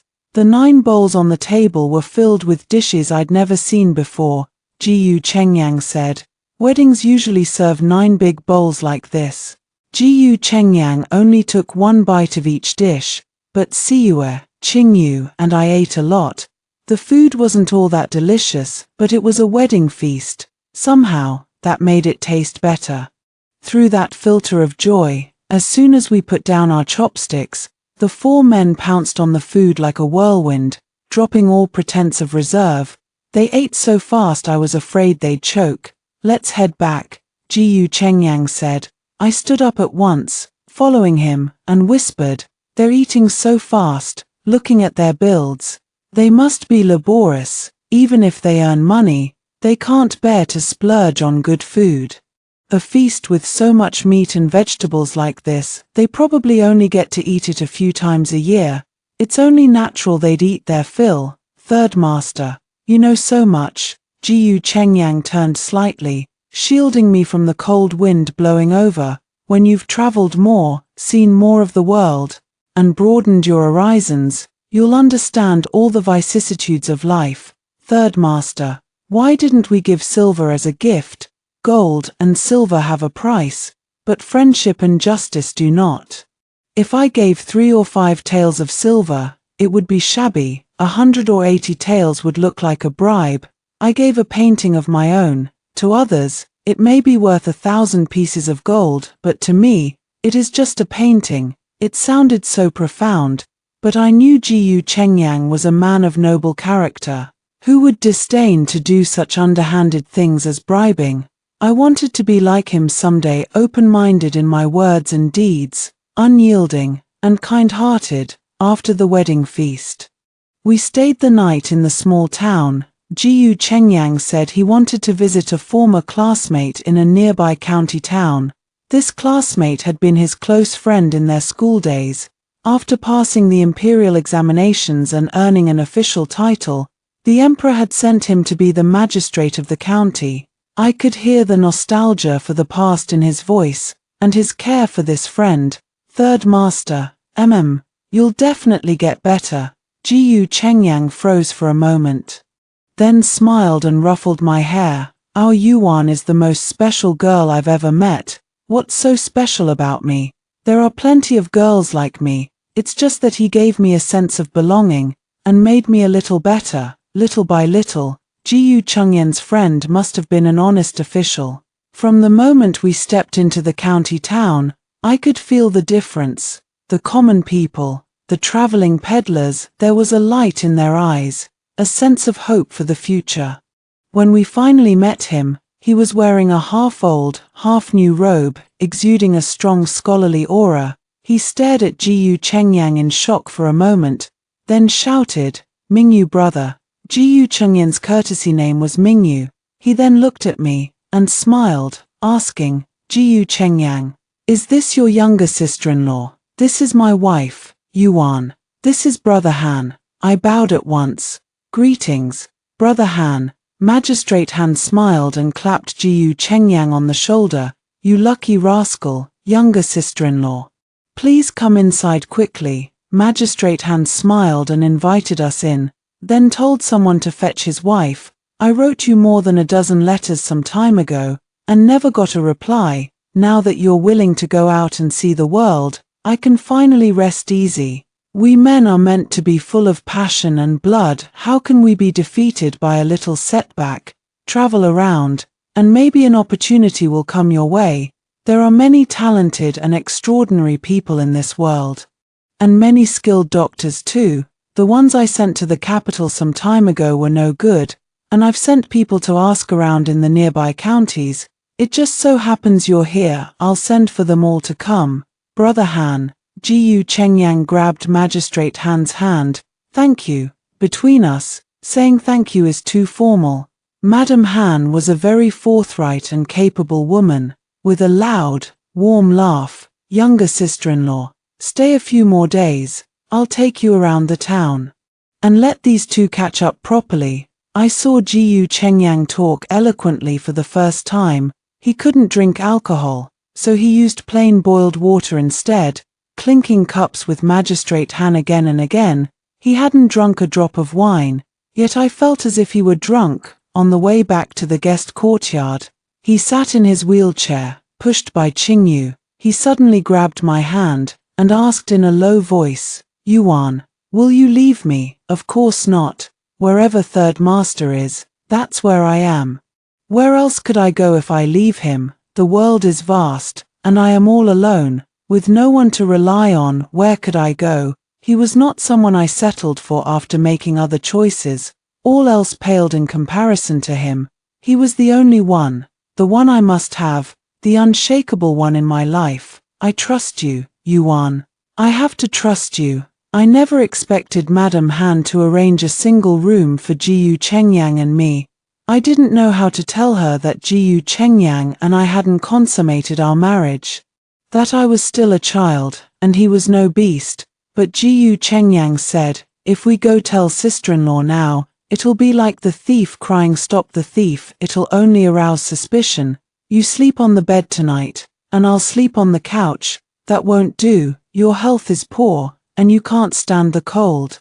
You sleep on the bed, and I'll sleep on the couch. The couch was hard and uncomfortable to sleep on, painful to turn over on, and cold no matter how long I lay there. I couldn't warm it up. Third Master, can I come to the bed too, to sleep? Jiyu Chengyang fell silent for a long time, then said in a low voice, "Come here." I grabbed my pillow at once, dragged my quilt over, and climbed onto the bed. Jiyu Chengyang was unable to move easily, so of course he couldn't sleep on the inside. I tidied up the bed by myself, burrowed under the quilt, and said to him happily, "Third Master, you go to bed early too." Years later, I couldn't help but laugh when I thought back to my carefree self back then. I'd always had a big heart, and being by Jiyu Chengyan's side, well cared for and doted on by him, I'd become even more free from worry, full, warm, happy and content. I fell asleep quickly and slept soundly, sometime in the middle of the night. I felt the warmth beside me and drifted into Jiyu Chengyan's quilt in my sleep. He pushed me back to my own, and I mumbled drowsily, "Third Master, is it dawn yet? Go back to sleep," he said. At such a young age, I had no idea Jiyu Chengyang was lying awake, unable to sleep. When I woke up, he was no longer by my side, but I didn't give it a second thought. Telling Siwa to fetch water for me to wash up, Siwa whispered, "Young mistress, did you share the bed with Third Master last night?" She was grinning in a strange way, and I had no idea what she was laughing about. Madam Han said she'd take me shopping, so I put Siwa's odd behavior out of my mind. We went out, and Jiyu Chengyang stayed behind, but Qingyu came with us, following Jiyu Chengyan's instructions. Madam Han must not spend money on me, and I must not give her anything too valuable. A small token was the limit. I could buy whatever I liked, but I had to spend my own silver. I knew Magistrate Han was an official. If Madam Han and I bought too many things for each other, someone might surely accuse us of bribery. It was truly not easy. Madam Han clearly knew this too, and she sighed as she picked out things. "Sister-in-law, this is for the best," I said. "We live an upright life, and Brother Han will rise higher and higher in his official career, thanks to my lucky words." For me, going out didn't have to mean buying things, just being able to go out and see the sights was already a great happiness. Every place had its own local customs, its own way of speaking, its own styles of dress, all of which I knew nothing about. Madam Han whispered to me, telling me what to watch out for, what the townsfolk tabooed. "We're just passing through, but we should respect their beliefs." I thought that in the future, when I went to a strange place, I'd ask a local about such things. I had no desire to pry into others' privacy, but knowing a little more, understanding a little more, would do no harm. Day after day, year after year, what I saw and heard would enrich my life experience. When the day came that I could no longer go out, these memories would be more than enough to keep me company. In the middle of the night, I was sleeping drowsily when I heard a suppressed, painful sound beside my pillow. I blinked, sat up, and said, "Third Master, does something hurt?" Jiyu Chengyang gritted his teeth through the pain and said, "The poison's flaring up, my leg hurts terribly." I hurried out of bed to light the oil lamp, and called out, "Siwa, fetch Qingyu." I helped Jiyu Chengyang sit up, leaning him against the headboard, lifted the quilt, and prepared to roll up his trouser leg. He grabbed my hand. "Yuan, let Qingyu do this." "Third Master, I can do it. He was a man, I a woman." The ancients said men and women should not touch each other, but he'd forgotten he was my husband, and I his wife. I rolled up his trouser leg. His leg, unused to walking, had wasted away. Nothing but skin and bones. I reached out and touched it, and we both hissed in unison. "It's freezing," I said. Jiyu Chengyang spoke again. "Though, tonight, keep your hand there." I was confused, but I did as he said, placing both my hands on his leg. At first, Jiyu Chengyang could bear it, but then his face contorted in pain, and sweat broke out on his forehead. Third master, ever since the poison set in, I've not felt a hint of warmth in this leg, he said. At first, it ached with cold. Then the cold turned to a stabbing pain. When your hands are on it, I can feel warmth. Is that all? I said. That's easy. After Qingyu helped Jiyu Chengyang take his medicine, he looked much better, and he told Siwa and Qingyu to go back to their beds, and told me to sleep too. I muttered an acknowledgement, climbed into bed, moved my pillow to the other end, burrowed under the quilt, pulled Jiyu Chengyan's leg over, lifted his robe, and hugged it to my chest. Jiyu Chengyang let out a sharp exclamation. Yuan, what are you doing? Warming your feet, I said. Now hurry and sleep, I'm exhausted.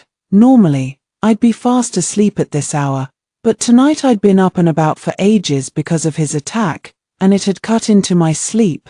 Holding those ice-cold feet was a little uncomfortable at first, but as they gradually warmed up, I soon drifted off into a deep sleep. Once or twice, Jiyu Chengyang tried to pull his feet away, waking me up, and I just hugged them tighter and went back to sleep. By dawn, Jiyu Chengyang was still asleep, a rare thing.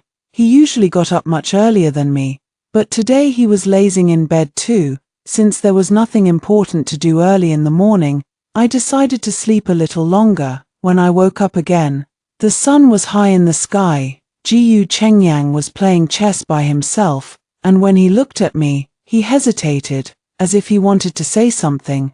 Did you sleep well last night, third master?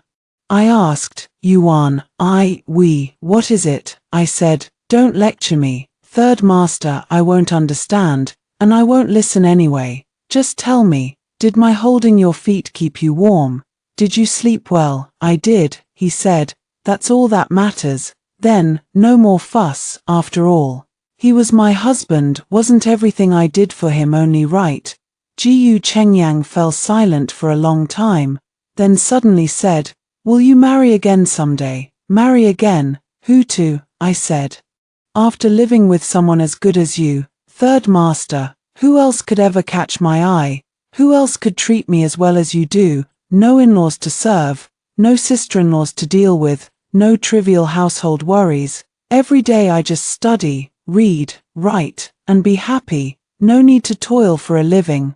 No need to worry about my next meal. Once you've lived a life like this, who would want to wait on in-laws and wrangle with sister-in-laws? I certainly wouldn't.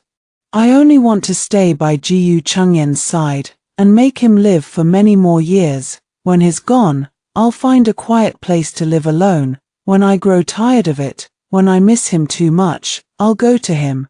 That would be nice too, third master, don't say such things again. I said. I hate it. When I was being stubborn, even Jiyu Chengyang could do nothing about me, like making him soak his feet in hot water every night, and rub them for him, warming his feet for him when we slept. If I was going to hold them, I had to wash them clean first. I'd never stand for dirty, smelly feet. He tried to refuse, but his refusals were useless, and he couldn't bring himself to send me away, and I noticed his sleep had gotten much better at night. The dark circles under his eyes fading little by little, so he could say what he liked, and I'd do what I liked. He couldn't stop me, he benefited from it, and I lost nothing, still eating and sleeping well as ever. Qingyu even gave me a thumbs up behind his back. When the 12th lunar month arrived, the new year drew closer with each passing day, and it was time for us to head back home for the festivities. Jiyu Chengyang said he'd go buy New Year's goods, but I took the task upon myself. Qingyu had experience with such things, and told me in advance what to buy and how to pick the best ones, and I learned by his side. I stumbled at first, but soon got the hang of it. Small towns had nothing much to offer, but county towns and prefectural cities had plenty of fine things, especially the gold and silver jewelry at the treasure pavilion, beautiful and exquisite. Though the prices were far from cheap, Jiyu Chengyang picked out a lot for me, not caring if I could wear any of it now. Don't all girls like these things, he said. I did, of course, but I hadn't yet had my hairpinning ceremony, so I couldn't wear most of it anyway. It's fine to keep them for now, I said. When I have my ceremony, I can do my hair up properly and wear everything. We returned to the capital on the 17th day of the 12th lunar month, arriving back at the Jiyu mansion. Lady Gu's face lit up when she saw Jiyu Chengyang, his complexion clearly much better than before. It's good to have you back, she said. Jiyu Chengyang told me to hand over the New Year's goods to Lady Jiyu, to send some to each courtyard, and also to give out the rain flower stone pendants I'd made. The family even invited the imperial physician to come and check Jiyu Chengyan's pulse. The imperial physician said, though the poison in Master Gu's body is still uncurable, his health is gradually improving. If this continues, it will be of great benefit to his lifespan. A good mood, a healthy appetite, and sound sleep, these are all excellent signs. I cannot promise 100 years of life, but an extra 2 or 3 years are surely within reach. I was over the moon with joy, and Lady Jiyu was just as happy. She waved a hand and gave me a box of silver ingots, saying, "Take these and play with them." The box held at least several hundred taels, maybe even 1,000, just for me to play with. She also gave me a box of jade beads of different sizes and the finest quality. "You can use these to match your pendants when you make them," she said. "I have some other odd jade pieces at my place too. I'll have them tidied up and sent to you." "Thank you, Mother," I said. I never expected, though, to spot one of the rain flower stones I'd given away lying in the grass in the garden. I remembered exactly who I'd given each stone to, and what design I'd made for each. This one was the one I'd given to the eldest madam, Jiyu Chengyan's elder sister-in-law. If she didn't like it, I'd not bother preparing anything for her next time. I restrung the pendant and hung it by the window.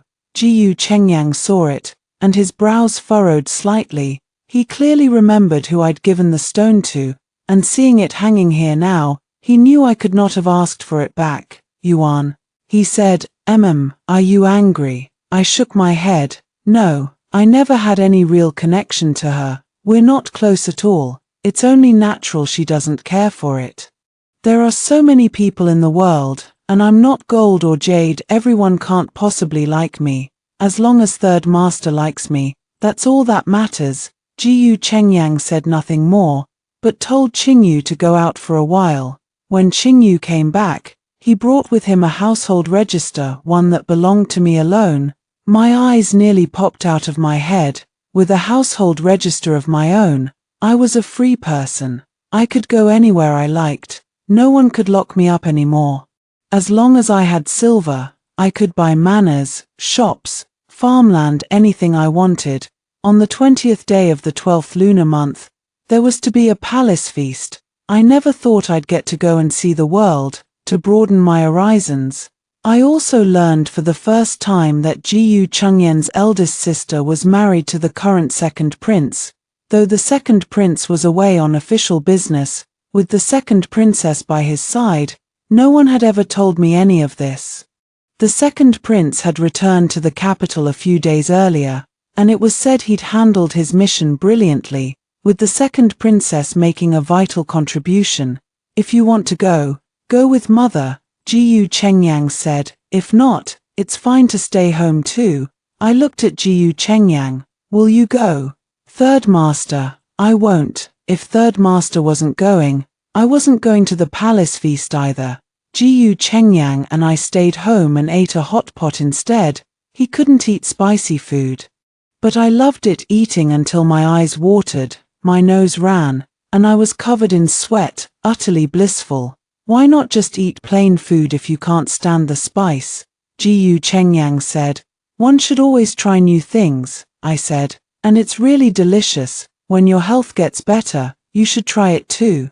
Jiyu Chengyang set down his chopsticks and looked out the window at the plum tree budding with flowers, his voice tinged with loneliness. "In this world, only you think I can recover, that I can live a long life." I did not know why he was so pessimistic. I wanted to comfort him, yet had no words to say. Yuan, when spring comes next year, let us move out and live on our own. Alright, anywhere is fine as long as third master is with me. I never thought, though, that something would happen before we even ate the New Year's Eve dinner. It started with the eldest madam asking me to come over and talk, and we were alone in the room. Siyue was called away by a few maids to chat in another room. The eldest madam took out a golden hairpin and asked if I thought it was pretty. The hairpin was not pretty at all, at the very least. Not as pretty as the ones in my box, but to avoid offending her, I lied and said it was. Then she insisted on giving it to me. I refused, but she said, "Sister-in-law, take it. It is not something valuable." She pressed it firmly into my hand. I thought that even if it was not pretty, it was still a golden hairpin. I could exchange it for silver in the future and buy a lot of grain, so I accepted it. To show my respect, I said I would put it on at once, but she said my current hairstyle did not match the hairpin, and it would be better to wear it when I did my hair in a suitable style next time. I thought she was right, and tucked the hairpin into my sleeve. I never expected that as soon as I left her courtyard, a few old women hurried over to stop me. "Third young mistress, please wait, our madam's golden hairpin is missing." They restrained me, pulled the hairpin out of my sleeve, and feigned surprise, saying, "We never thought the third young mistress would be such a person. Our madam is the most magnanimous. If the third young mistress goes in and apologizes to her, this matter will be over. We will give you the hairpin since you like it." I froze for a moment, then understood they wanted to frame me. "You are talking nonsense. She gave this to me voluntarily. I did not steal it. Why should I apologize?" They tried to cover my mouth and drag me back into the courtyard. I struggled and raised my hand to scratch their faces. I did not steal anything. Why should I be bullied and framed? These days, Jiyu Chengyang had truly fostered a spirit in me, or perhaps spoiled me into having a proud streak. In any case, they had thought to frame me for stealing a golden hairpin and drag me back to the courtyard to manipulate me, but they never expected me to make a scene and hurt someone with my own hands. Siwa stared for a moment, then stepped forward to help me. The two of us against 3 or 4, we were naturally no match, but I was their mistress, and they did not dare to hurt me seriously, especially when I shouted and screamed. They panicked too. "Third young mistress, third young mistress, this matter has blown up.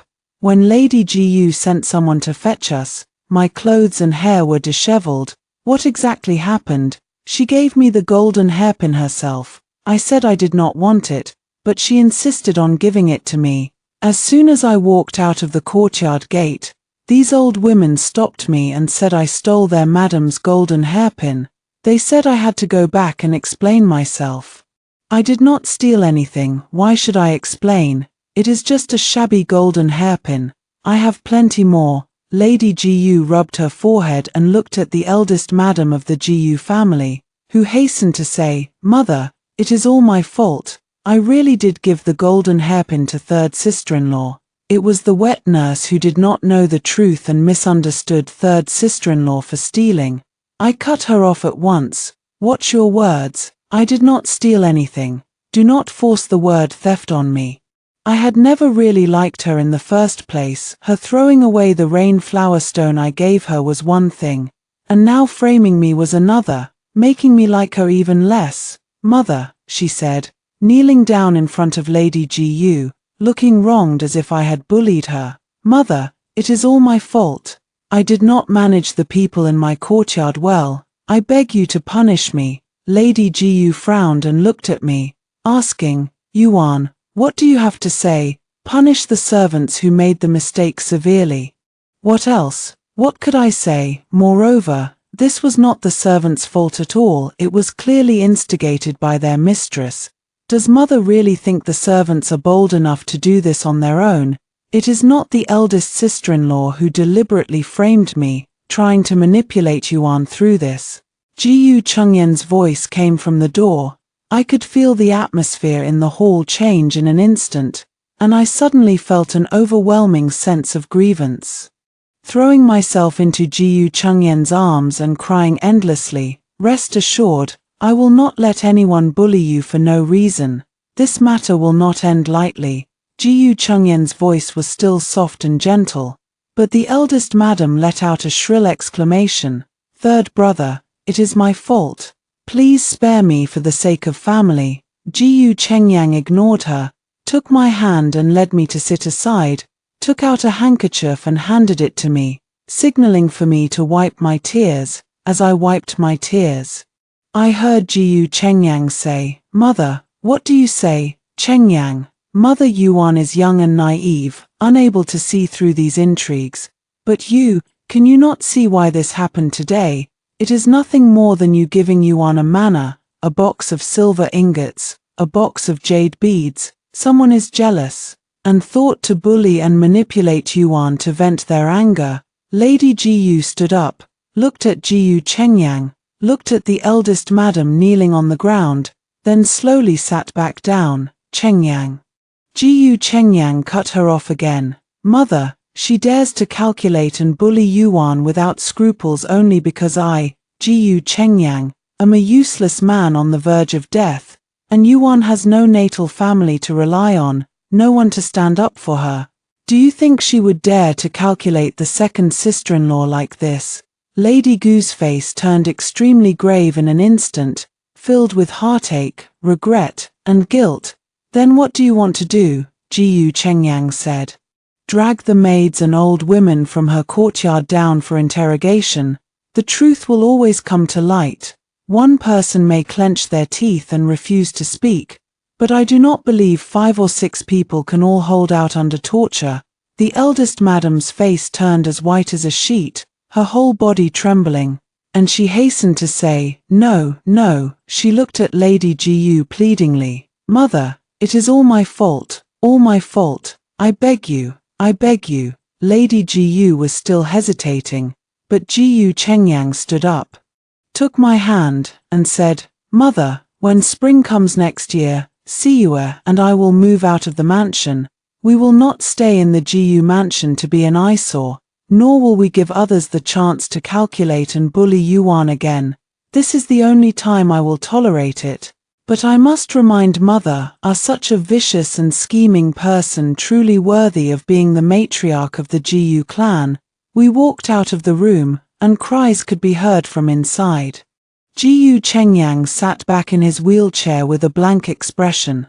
I thought the matter was over, until Jiyu Chengyan's eldest brother came over, and the two talked in low voices. Shouts and arguments erupted from the study. I was too far away to hear clearly. Then Jiyu Chengyang ordered Qingyu to tell the servants to pack our things, and told me to pack mine too. "Are we not staying home for the new year? Tomorrow is New Year's Eve." Jiyu Chengyang ruffled my hair. "As long as Yuan is with me, every place is home for the new year. Then let us move." We still did not manage to move smoothly this time, though. Jiyu Chengyan's second brother came to persuade him. I eavesdropped again, and heard Jiyu Chengyang say his sister-in-law was vicious and selfish, and even tried to shift the blame to Yuan, bringing up the nonsense about Yuan being a jinx who would kill her husband and parents. I am ashamed to be associated with such a person who cannot tell right from wrong. "But you cannot move out today. If you really leave, what will outsiders say?" "Third brother, you have always been calm and composed. Why have you lost your head when it comes to your wife?" After a long silence, Jiyu Chengyang said, "A wife honors her husband, and a husband honors his wife. I am poisoned and on the verge of death. I am nothing but a useless man, so they think it does not matter if they bully and manipulate Yuan. Even if I stand up for her, what can I do? I am no longer the glorious, promising third master Jiyu they once knew. They can get no benefit from me now, and even think I have fallen into the mire." She cries a few fake tears, says she is wrong, and then father and mother brush the matter under the rug. The wronged person does not even get a single apology. Are they bullying Yuan? "They are bullying me, humiliating me, third brother." The second brother's voice trembled a little. Second brother, do not try to persuade me any longer. This is how father and mother are, how my brothers are. I accept it, but I will not resign myself to it. I can no longer walk, but my mind and hands are still intact. One day, even if I die, they will not dare, nor be able, to act like this and bully me, bully Yuan, if they want to manipulate Yuan. They will have to step over my dead body first. I originally thought to let this matter go, but all of you are pressing me to back down. It is not my fault, nor is it Yuan's fault. Why should we back down?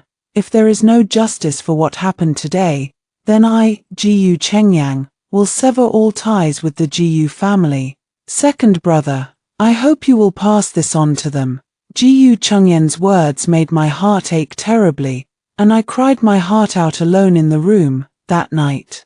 The lights in Jiyu Chengyan's courtyard burned bright all night.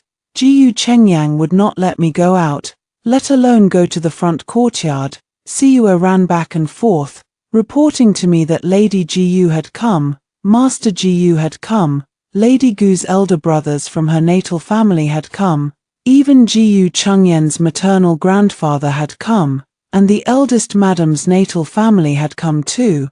I did not know what was said in the front courtyard. In any case, on New Year's Eve that night, we still ate the New Year's Eve dinner together, all of us silent, the food tasting like ash in our mouths.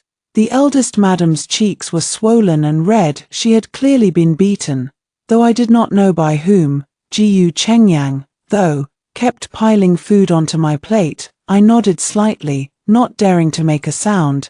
I felt this New Year's Eve dinner had given me a stomachache. After dinner, Jiyu Chengyang and I were about to return to our courtyard when Master Jiyu suddenly spoke. Third son's wife. Come here, father wants to see you. Jiyu Chengyang nodded slightly, and I stepped forward cautiously, my heart trembling, and asked, Father, what are your instructions? A few days ago, I held a family meeting and have thoroughly investigated the matter. It was your eldest sister-in-law who was in the wrong. I have told her to apologize to you. Let this matter be put to rest. What do you think? What do I think? Of course I do not agree. As Jiyu Chengyang said, was she bullying me? She was trying to bully Jiyu Chengyang indirectly. If I had let her manipulate me, would I have become timid and cautious? Would I still be able to laugh freely and stay by Jiyu Chengyan's side without a care? Certainly not. I would have been too scared for my own life to care about Jiyu Chengyang. She was trying to take Jiyu Chengyan's life, so I would not forgive her. No need for an apology. She doesn't truly know she's wrong anyway, so an apology would mean nothing. Besides, I have no real connection to her, and we won't interact much in the future. No need to trouble her with an apology. Father, third master, and I have agreed to move out in spring. We'll come back to visit often, and you and mother can also stay with us for a while whenever you like, to admire the flowers and plants I grow. Master Jiyu fell silent for a long moment after hearing this, then said, Very well, then move out, as long as you and the third son live well together. I was even more surprised when Master Jiyu said he would give Jiyu Chengyang the 5-courtyard mansion on South Street, but Jiyu Chengyang said, Give it to Yuan. I won't live for many more years. I don't want her to be bullied and driven out of the house with no one to turn to after I'm gone. Master Gu's face darkened at once, and Lady Jiyu hurriedly said, Then give it to Yuan. That mansion is large. We can demolish a few courtyards to plant flowers and grass. It'll be lovely, later. When I asked Jiyu Chengyang why he'd suddenly become so insistent on this, he smiled and said, If I hadn't acted a little willfully, it would be you crying right now. I thought about it, and he was right. If Jiyu Chengyang hadn't stood up for me so forcefully, who knew how this matter would have been twisted, and I would have been the one suffering the grievance. Now I'd gained a big mansion, and would be the mistress of my own home from now on, growing flowers, raising rare medicinal herbs, and selling them to make a living. So having gained such benefits, I let go of the rest of the grudges. On the second day of the first lunar month, The second princess returned to her natal home. I didn't go anywhere, just stayed in the room with Jiyu Chengyang, discussing how many courtyards to demolish for planting flowers and grass. We'd buy cheap flowers and plants that were selling for a high price in the capital in recent years, raise them with care, and resell them for a profit. Jiyu Chengyang said he'd also write calligraphy and paint to sell, and even planned to write a few storybooks. He'd always considered himself too noble for money in the early days, thinking it all a vile thing. But now I have a family to support, he said. Then I'll write a storybook about a favored son of heaven who falls from grace, then climbs back to the peak of life step by step. I held Jiyu Chengyan's hand tightly and said, "Third master, I believe you'll stand up again one day and return to the top. Everyone in this world pities me, thinking I'll surely die young. Only you think I can live a long life and climb back to the peak. Someone as good as you, third master, definitely can." I had no idea the second princess was listening to our conversation outside the door. She left as quietly as she'd come. Jiyu Chengyang did glance outside, though. I only understood later that Jiyu Chengyang had fought not just for me, but for himself too. Once a favored son of heaven, everyone had fawned on him, no one had dared to slight him. But just because he'd fallen into the mire, his brother's contempt had spilled over to his wife, who'd thought to bully me the same way to feel a sense of accomplishment. It was truly hateful and disgusting. Before we moved out, Lady Jiyu called me over, and in front of Jiyu Chengyan's two sisters-in-law, gave me several boxes, glittering with gold and jewels. "I'm giving these things to you, Yuan," she said. "Do either of you have any objections? Mother may give her things to whomever she wishes," the second sister-in-law hastened to say. "And you, eldest daughter-in-law, do you think the same?" "I do, mother." Having gained several boxes of fine things, I thanked her with a big smile at once. We moved out of the Jiyu mansion on the 18th day of the first lunar month. The plaque on our new home still read Jiyu Mansion. To outsiders, the Jiyu family said we'd moved because Jiyu Chengyan's poison required a large mansion for growing medicinal herbs. Not a word was leaked about the frame-up against me, or Jiyu Chengyan's near falling out with the family over it. In our new home, after discussing with Jiyu Chengyang, we demolished several courtyards. We even sold some of the beams, pillars, and tiles for silver, and now I was in charge of all the money. Jiyu Chengyang said I was the mistress of the house now, and all big and small matters, all the money, should be in my hands. His calligraphy and paintings sold exceptionally well. The shopkeeper of the Shusha studio came every day, arriving with eager anticipation and leaving joyfully with his paintings and calligraphy scrolls. His storybooks were also progressing smoothly. The shopkeeper said the first print run would be at least 5,000 copies, and if he used Jiyu Chengyan's real name, it would be at least 10,000. The silver from Jiyu Chengyan's calligraphy and paintings was kept in a box. I didn't count how much there was, but it was a lot. For me, it was more than enough. We found many empty plots in the mansion, and people even came to sell us medicinal herbs. I didn't recognize the herbs, but Qingyu knew a little, though he didn't know the prices. So we hired a doctor from a local medicine hall. We only bought rare medicinal herbs. Any flowers or plants that the medicine shops wouldn't take. On the Dragon Head Raising Festival on the second day of the second lunar month, Jiyu Chengyang and I trimmed each other's hair ends. He praised my hair for being jet black, and I praised his for being thick. In the end, we looked at each other and smiled, then went out to a restaurant for a nice meal, and bought a pile of random little things on the way back. Now I was busy every day. Besides studying and practicing calligraphy, I had to grow flowers and plants, and learn how to massage and do acupuncture. Every night, I made sure Jiyu Chengyang soaked his feet, then massaged his legs. Gradually, my hands grew stronger. My pot of Camellia japonica 18 scholars also bloomed exquisite beyond description. Jiyu Chengyan's younger brother came to see it and praised it to the skies. even asking to borrow it to show off. I agreed at once, but Gu didn't. After all, it was placed in his study now. So his word was final. Then can I bring people over to third brother's place to see it? Gu agreed reluctantly. As a result, he brought more than a dozen people over, who commented on the Camellia japonica 18 scholars endlessly and even painted it. 2 days later, the whole capital knew our family had a pot of Camellia japonica 18 scholars with 70 or 80 blooms. All the flower lovers in the capital came to see it, so we simply moved it to the main hall. I never dreamed Gu Chengyang would sit at the gate collecting money, 10 taels of silver per person. When he handed me the silver that night, I was stunned. More than 1,000 taels, meaning more than 100 people had paid to see my camellia that day. Is it really okay to take their money? I asked. They came all this way, shouldn't we treat them to good tea and pastries? We even prepared brush, ink, paper, and inkstone for those who wanted to paint. Don't the pigments cost money? The maids and servants waited on them, pouring tea and water, and we even had to feed those who painted slowly. We made a profit, but not much. Looking at how I am now, they still want to get something for nothing from me.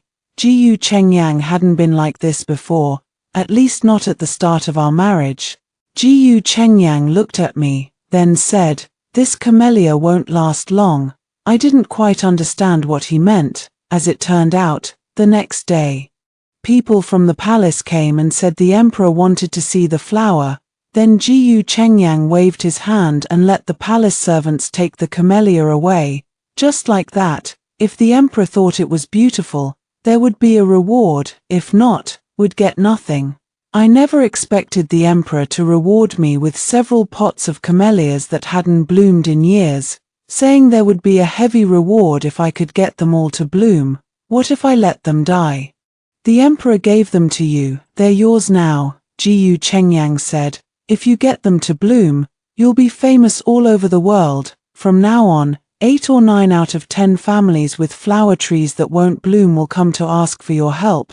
If you let them die, the world will say you're a fraud, and opinions of you will be mixed. Just do your best. I thought the camellias would be fine. They hadn't died even in their flower pots, and the pots were large with good soil. So I simply changed their soil, added some washed and ground eggshell powder to it, found some animal bones, burned them in an iron pot, crushed them and sprinkled some in the soil. I watered them occasionally, and left the rest to fate. I had my hair-pinning ceremony on the 12th day of the 3rd lunar month. I was 15 years old. Gu Chengyang asked if I wanted to hold a banquet. No need, I said. Just you and me eating a bowl of longevity noodles together is enough. I don't want to invite the Wang family, and there's no need for the Gu family to go to great lengths for my ceremony. Having third master by my side is the best gift for my coming of age. I thought besides my wet nurse and my brother, now there was Gu Chengyang. No one else in the world would remember my coming of age day, just like the Gu family, who'd asked after Gu Chengyang a few times at first, then gradually lost interest. Gu Chengyang was still the third young master of the Gu family, the beloved son of Master and Lady Gu, and even he could be gradually forgotten, let alone a daughter-in-law who'd married in with no one to rely on. Just as I'd expected, my brother arrived in the capital with my wet nurse, sister-in-law, and nephew on the 6th day of the 3rd lunar month, and it took them some effort to find our home. My lady, my wet nurse cried, hugging me tightly. She then looked me up and down carefully, and said with satisfaction, "You've grown taller. And your complexion is much better, wet nurse. Let's sit down and talk." My wet nurse looked around a little nervously, and I whispered to her, "I'm the mistress here, you can act however you like." "Really?" I nodded vigorously. My wet nurse smiled and sat down, took my hand and said, "She told me about their decision to move the whole family to the capital after I left. We won't live in that other mansion, just assign a small courtyard to us in your residence." You'll need someone to handle things outside the house, let your brother do it. If there's anything you need me and your sister-in-law to do at home, just ask. As for that boy, we'll have to trouble the master, wet nurse. We're family. I said, no need for such polite words. My wet nurse smiled even more happily at that. You've changed since getting married. Young lady, better than before, it's wonderful. I also thought it was wonderful to have my wet nurse, brother, sister-in-law and nephew here. The medicinal herb garden and flower nursery were now taking shape. Most of the medicinal herbs were rare species, some of which could only survive in the deep mountains and forests. Yet somehow, when I planted them casually under trees or in corners, they all grew well. I didn't even bother to distinguish the rare, unknown medicinal herbs and flowers. Just planted them anywhere. My wet nurse praised them endlessly when she saw them. I only watered them occasionally, too. In the medicinal herb garden and flower nursery, we only pulled out the plants we were sure were weeds. Otherwise, we let everything grow freely. We were afraid that one of them might be the antidote jinx.My needed for his poison. Perhaps it was because I could keep rare medicinal herbs alive that even doctors began bringing me herbs to grow for them. I simply potted them, watered them to settle their roots, placed them under the eaves and checked on them daily. Once I was certain they had taken root, I would have them taken back, charging a mere 2 taels of silver for my trouble. I would never go to their homes, for medicinal herbs brought to me to nurture. If they were uneasy, they could leave a servant to watch over them, and some indeed were uneasy, sending boys to stand guard. Most of these were life-saving herbs, so their wariness was only reasonable. Others brought me seeds to plant, offering generous rewards if I could get them to grow. I did not know if others could manage it, but my seeds would sprout in 3 to 5 days, then thrive. When they were ready, I would transplant them into pots, and once they grew a little more, their owners could take them away. My wet nurse busied herself by my side every day. Then came my hair-pinning ceremony. Truly, no one remembered it except jinx.My, my wet nurse, and my brother. My wet nurse did my hair. jinx.My placed the hairpin for me. My sister-in-law cooked me longevity noodles. My brother gave me a jade pendant carved with a god of longevity, and my nephew babbled congratulations for my long life and health. Having all the people I loved by my side was more than enough. My sister-in-law and wet nurse prepared lunch, and I joined them in the afternoon, kneading dough, making steamed buns and dumplings, stir-frying a few dishes, and simmering a pot of soup. We sat together, eating and laughing. jinx.My ate a little more than usual that meal, and I worried his stomach would ache. That night, as we lay in bed, he even asked, Yuan, will you cook again tomorrow? What would Third Master like to eat? The steamed buns and dumplings today were good. If Third Master likes them, I will make them again tomorrow. I grew even busier, for I had to learn to cook too. Stewing soup was the easiest. Simply clean the ingredients, drop them into a clay pot, and simmer on low heat. While the soup stewed, Siua would tend the fire, and I would recite my books by her side, managing to do both at once. By now, the word had spread that the third young mistress of the Jiu family had a green thumb for flowers and herbs. Doctors from other places often came, their bamboo baskets filled with medicinal roots I had never seen before. I would even grow these for free, asking only that they feel jinx.My's pulse and examine him. If many of the herbs I grew survived, they would leave one plant for me as payment. If they were unwilling, I would not force them, though almost all were happy to oblige. Some doctors could even explain the ins and outs of jinx.My's poison and offer remedies, and they were willing to try. Though all attempts failed, they were not entirely fruitless. jinx.My said the pain was not as severe anymore, at the very least. The first half hour of walking no longer left him gasping in agony. That alone was a blessing. By the 8th lunar month, every spot in the mansion that could be planted was filled with greenery, so we decided to buy a manor outside the city to grow medicinal herbs. We had earned a fair amount of silver in those days, enough to buy a manor and build tall walls around it. Once the manor was bought and renovated, with living quarters and high walls erected, a messenger came from the GU mansion, inviting us back for the Mid-Autumn Festival. We had not returned since moving out half a year ago, and no one had sent for us before. We decided to go back, arriving on the 13th day of the 8th lunar month. The moment the GU family saw me, they all stared in stunned silence. I knew I had changed. I had grown taller, and my features had matured. My wet nurse said I was the prettiest young lady she had ever seen. GU Chengyang had never praised my looks, nor had he ever stared at me in a daze. The GU family's reaction was simply an overreaction. The eldest madam still managed the household, and she was the same as ever, two-faced and unrepentant. Fortunately, we only stayed for 2 or 3 days, leaving on the 16th day to go straight to our new manor. Someone had said they would introduce a doctor to us, praising him as a miracle worker, the finest physician of the age. He would arrive in the capital around the 20th day of the 8th lunar month, and we were told to go directly to the manor to meet him. Whether the praise was true or not, GU Chengyang and I met it with calm hearts. No great hopes meant no great disappointments, so we did not mention it to the GU family.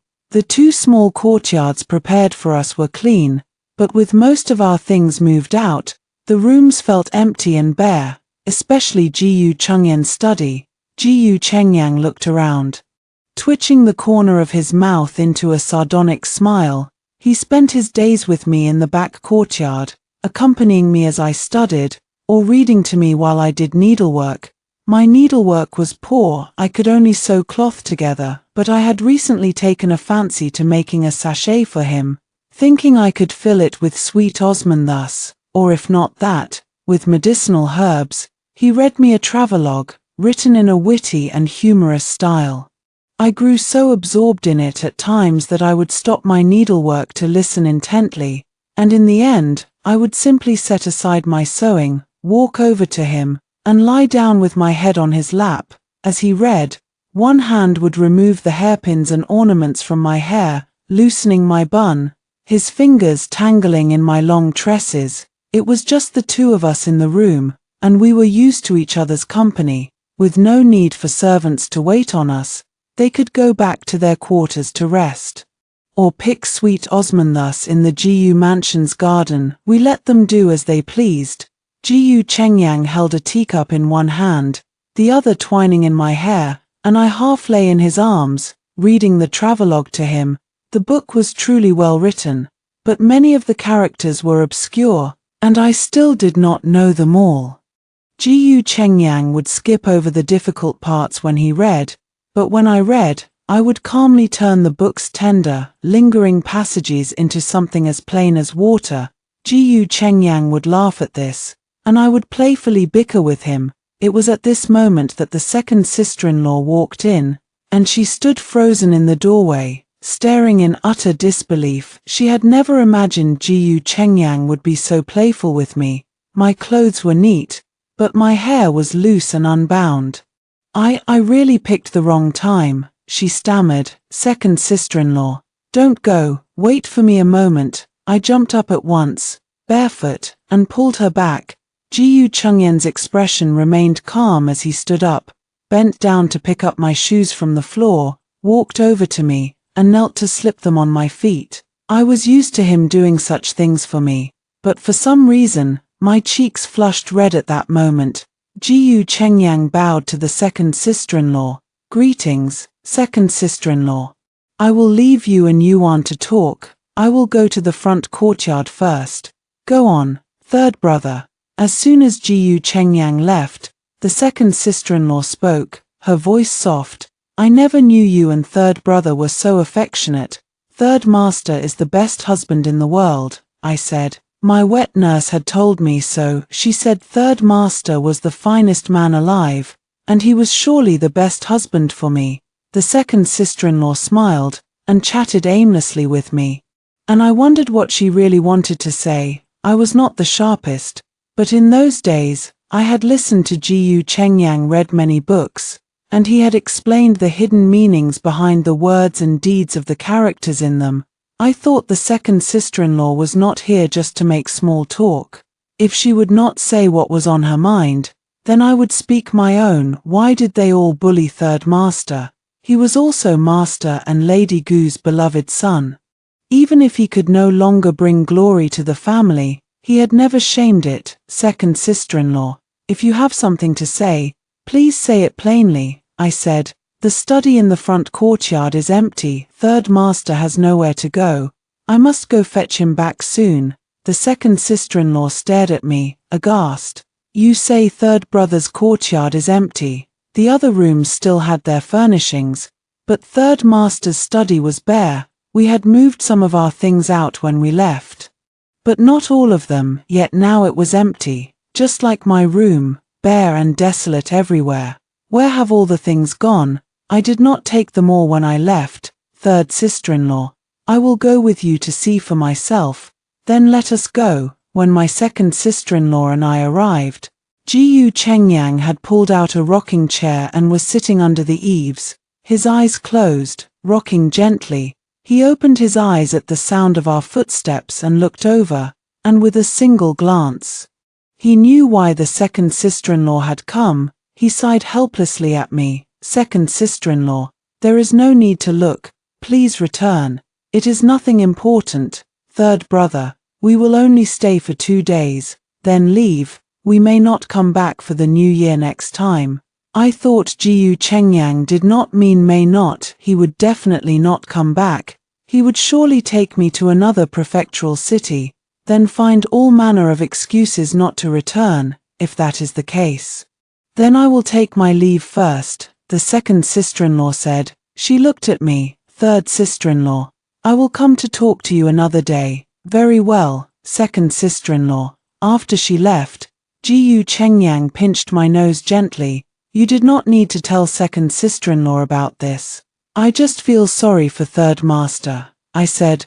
Why do they treat you like this? When you could bring glory to the Jiyu family, everyone fawned on you. Now you are only temporarily down on your luck, and they humiliate you like this. I had never seen him so angry or wronged, not even when the Wang family had treated him so harshly. It is different, he said. How is it different? I thought long and hard, then said, they never enjoyed the glory I brought them, never benefited from my efforts, never got anything from me at all. They do not love me, and I do not love them. If they treat me badly, I never beg for their love. I looked up at Jiyu Chengyang, my voice soft. Third master, you and I are not the same. Jiyu Chengyang was silent for a long time, then sighed. From the day you came to my side, I stopped caring. So he had cared once, cared about the change in his parents and brothers, from the initial heartache to numbness,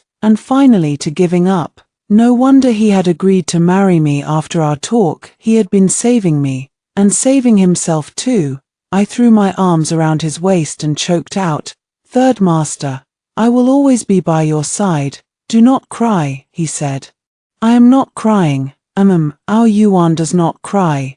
Jiyu Chengyang patted my shoulder gently to soothe me. I sniffled, rubbed my tears on his robe, and forced them back. Third master, let us go back to reading. We will not think about the unhappy things. Those people are blind. One day, our third master will be famous all over the world again, and return in glory to prove them wrong. What lofty aspirations. Yuan, how did Lady Jiyu handle such matters? She gave me gold, silver, jewelry, shops, land deeds, all in front of the entire Jiyu family. As for why she gave them to me, I think you know full well. Eldest daughter-in-law and eldest brother, do not feel wronged that as the eldest son, you cannot inherit most of your mother's dowry. Why has third brother become like this? He was injured and poisoned in that case to save you. As a mother, I admit I cannot hold the scales perfectly even, but I have never favored one side outright. Yet look at what you have done these past few years. What has the wife you dote on done? Has your conscience been eaten by dogs? Ji Chungyen's eldest brother dropped to his knees with a thud, slapping his own face repeatedly. Mother, it is all my fault. I am unfilial. I suddenly found it all rather meaningless. They knew they were wrong, yet they would not change. Lady Ji always flew into a rage and made amends to Ji Chengyang after the fact. But he was no child, he could never forgive her just because his parents coaxed him. He was an adult. Intelligent and perceptive. If I could not see what Lady Ji was up to, he most certainly could. And Master Ji had not said a single word this entire time. They wanted to dote on their third son, yet could not bear to truly discipline the eldest son who would one day head the family, nor his foolish wife. They wanted it all. So Ji Chengyang took my hand and left without a word. Let them fight and curse there all they want. He did not care to intervene, nor to ask. Should we take the things mother gave us? Yes, why not? With them, we can live freely outside. No need to pinch pennies, such ease. If we do not take them, someone else will benefit from them for nothing. I nodded vigorously. That was exactly what I thought. Early on the 16th day of the 8th lunar month, we packed our things and went to bid our parents farewell as a matter of courtesy. Lady Gu's eyes were red and swollen, and Master Ji looked haggard. They had clearly not slept well. Take good care of yourselves outside. If you lack silver, send a message back. Chengyang, it is mother's fault for being negligent. Lady Ji took Ji Chungyen's hand, tears about to fall. Mother, father, live well. And Yuan and I can be at peace outside. Then for my birthday, just have Yuan cook me a bowl of longevity noodles. Her cooking has really improved these days. I had no real cooking skills at all. I could not even shape steamed buns and manchu properly. My dumplings were lopsided, and my stir-fries were always out of season. Every time I cooked, several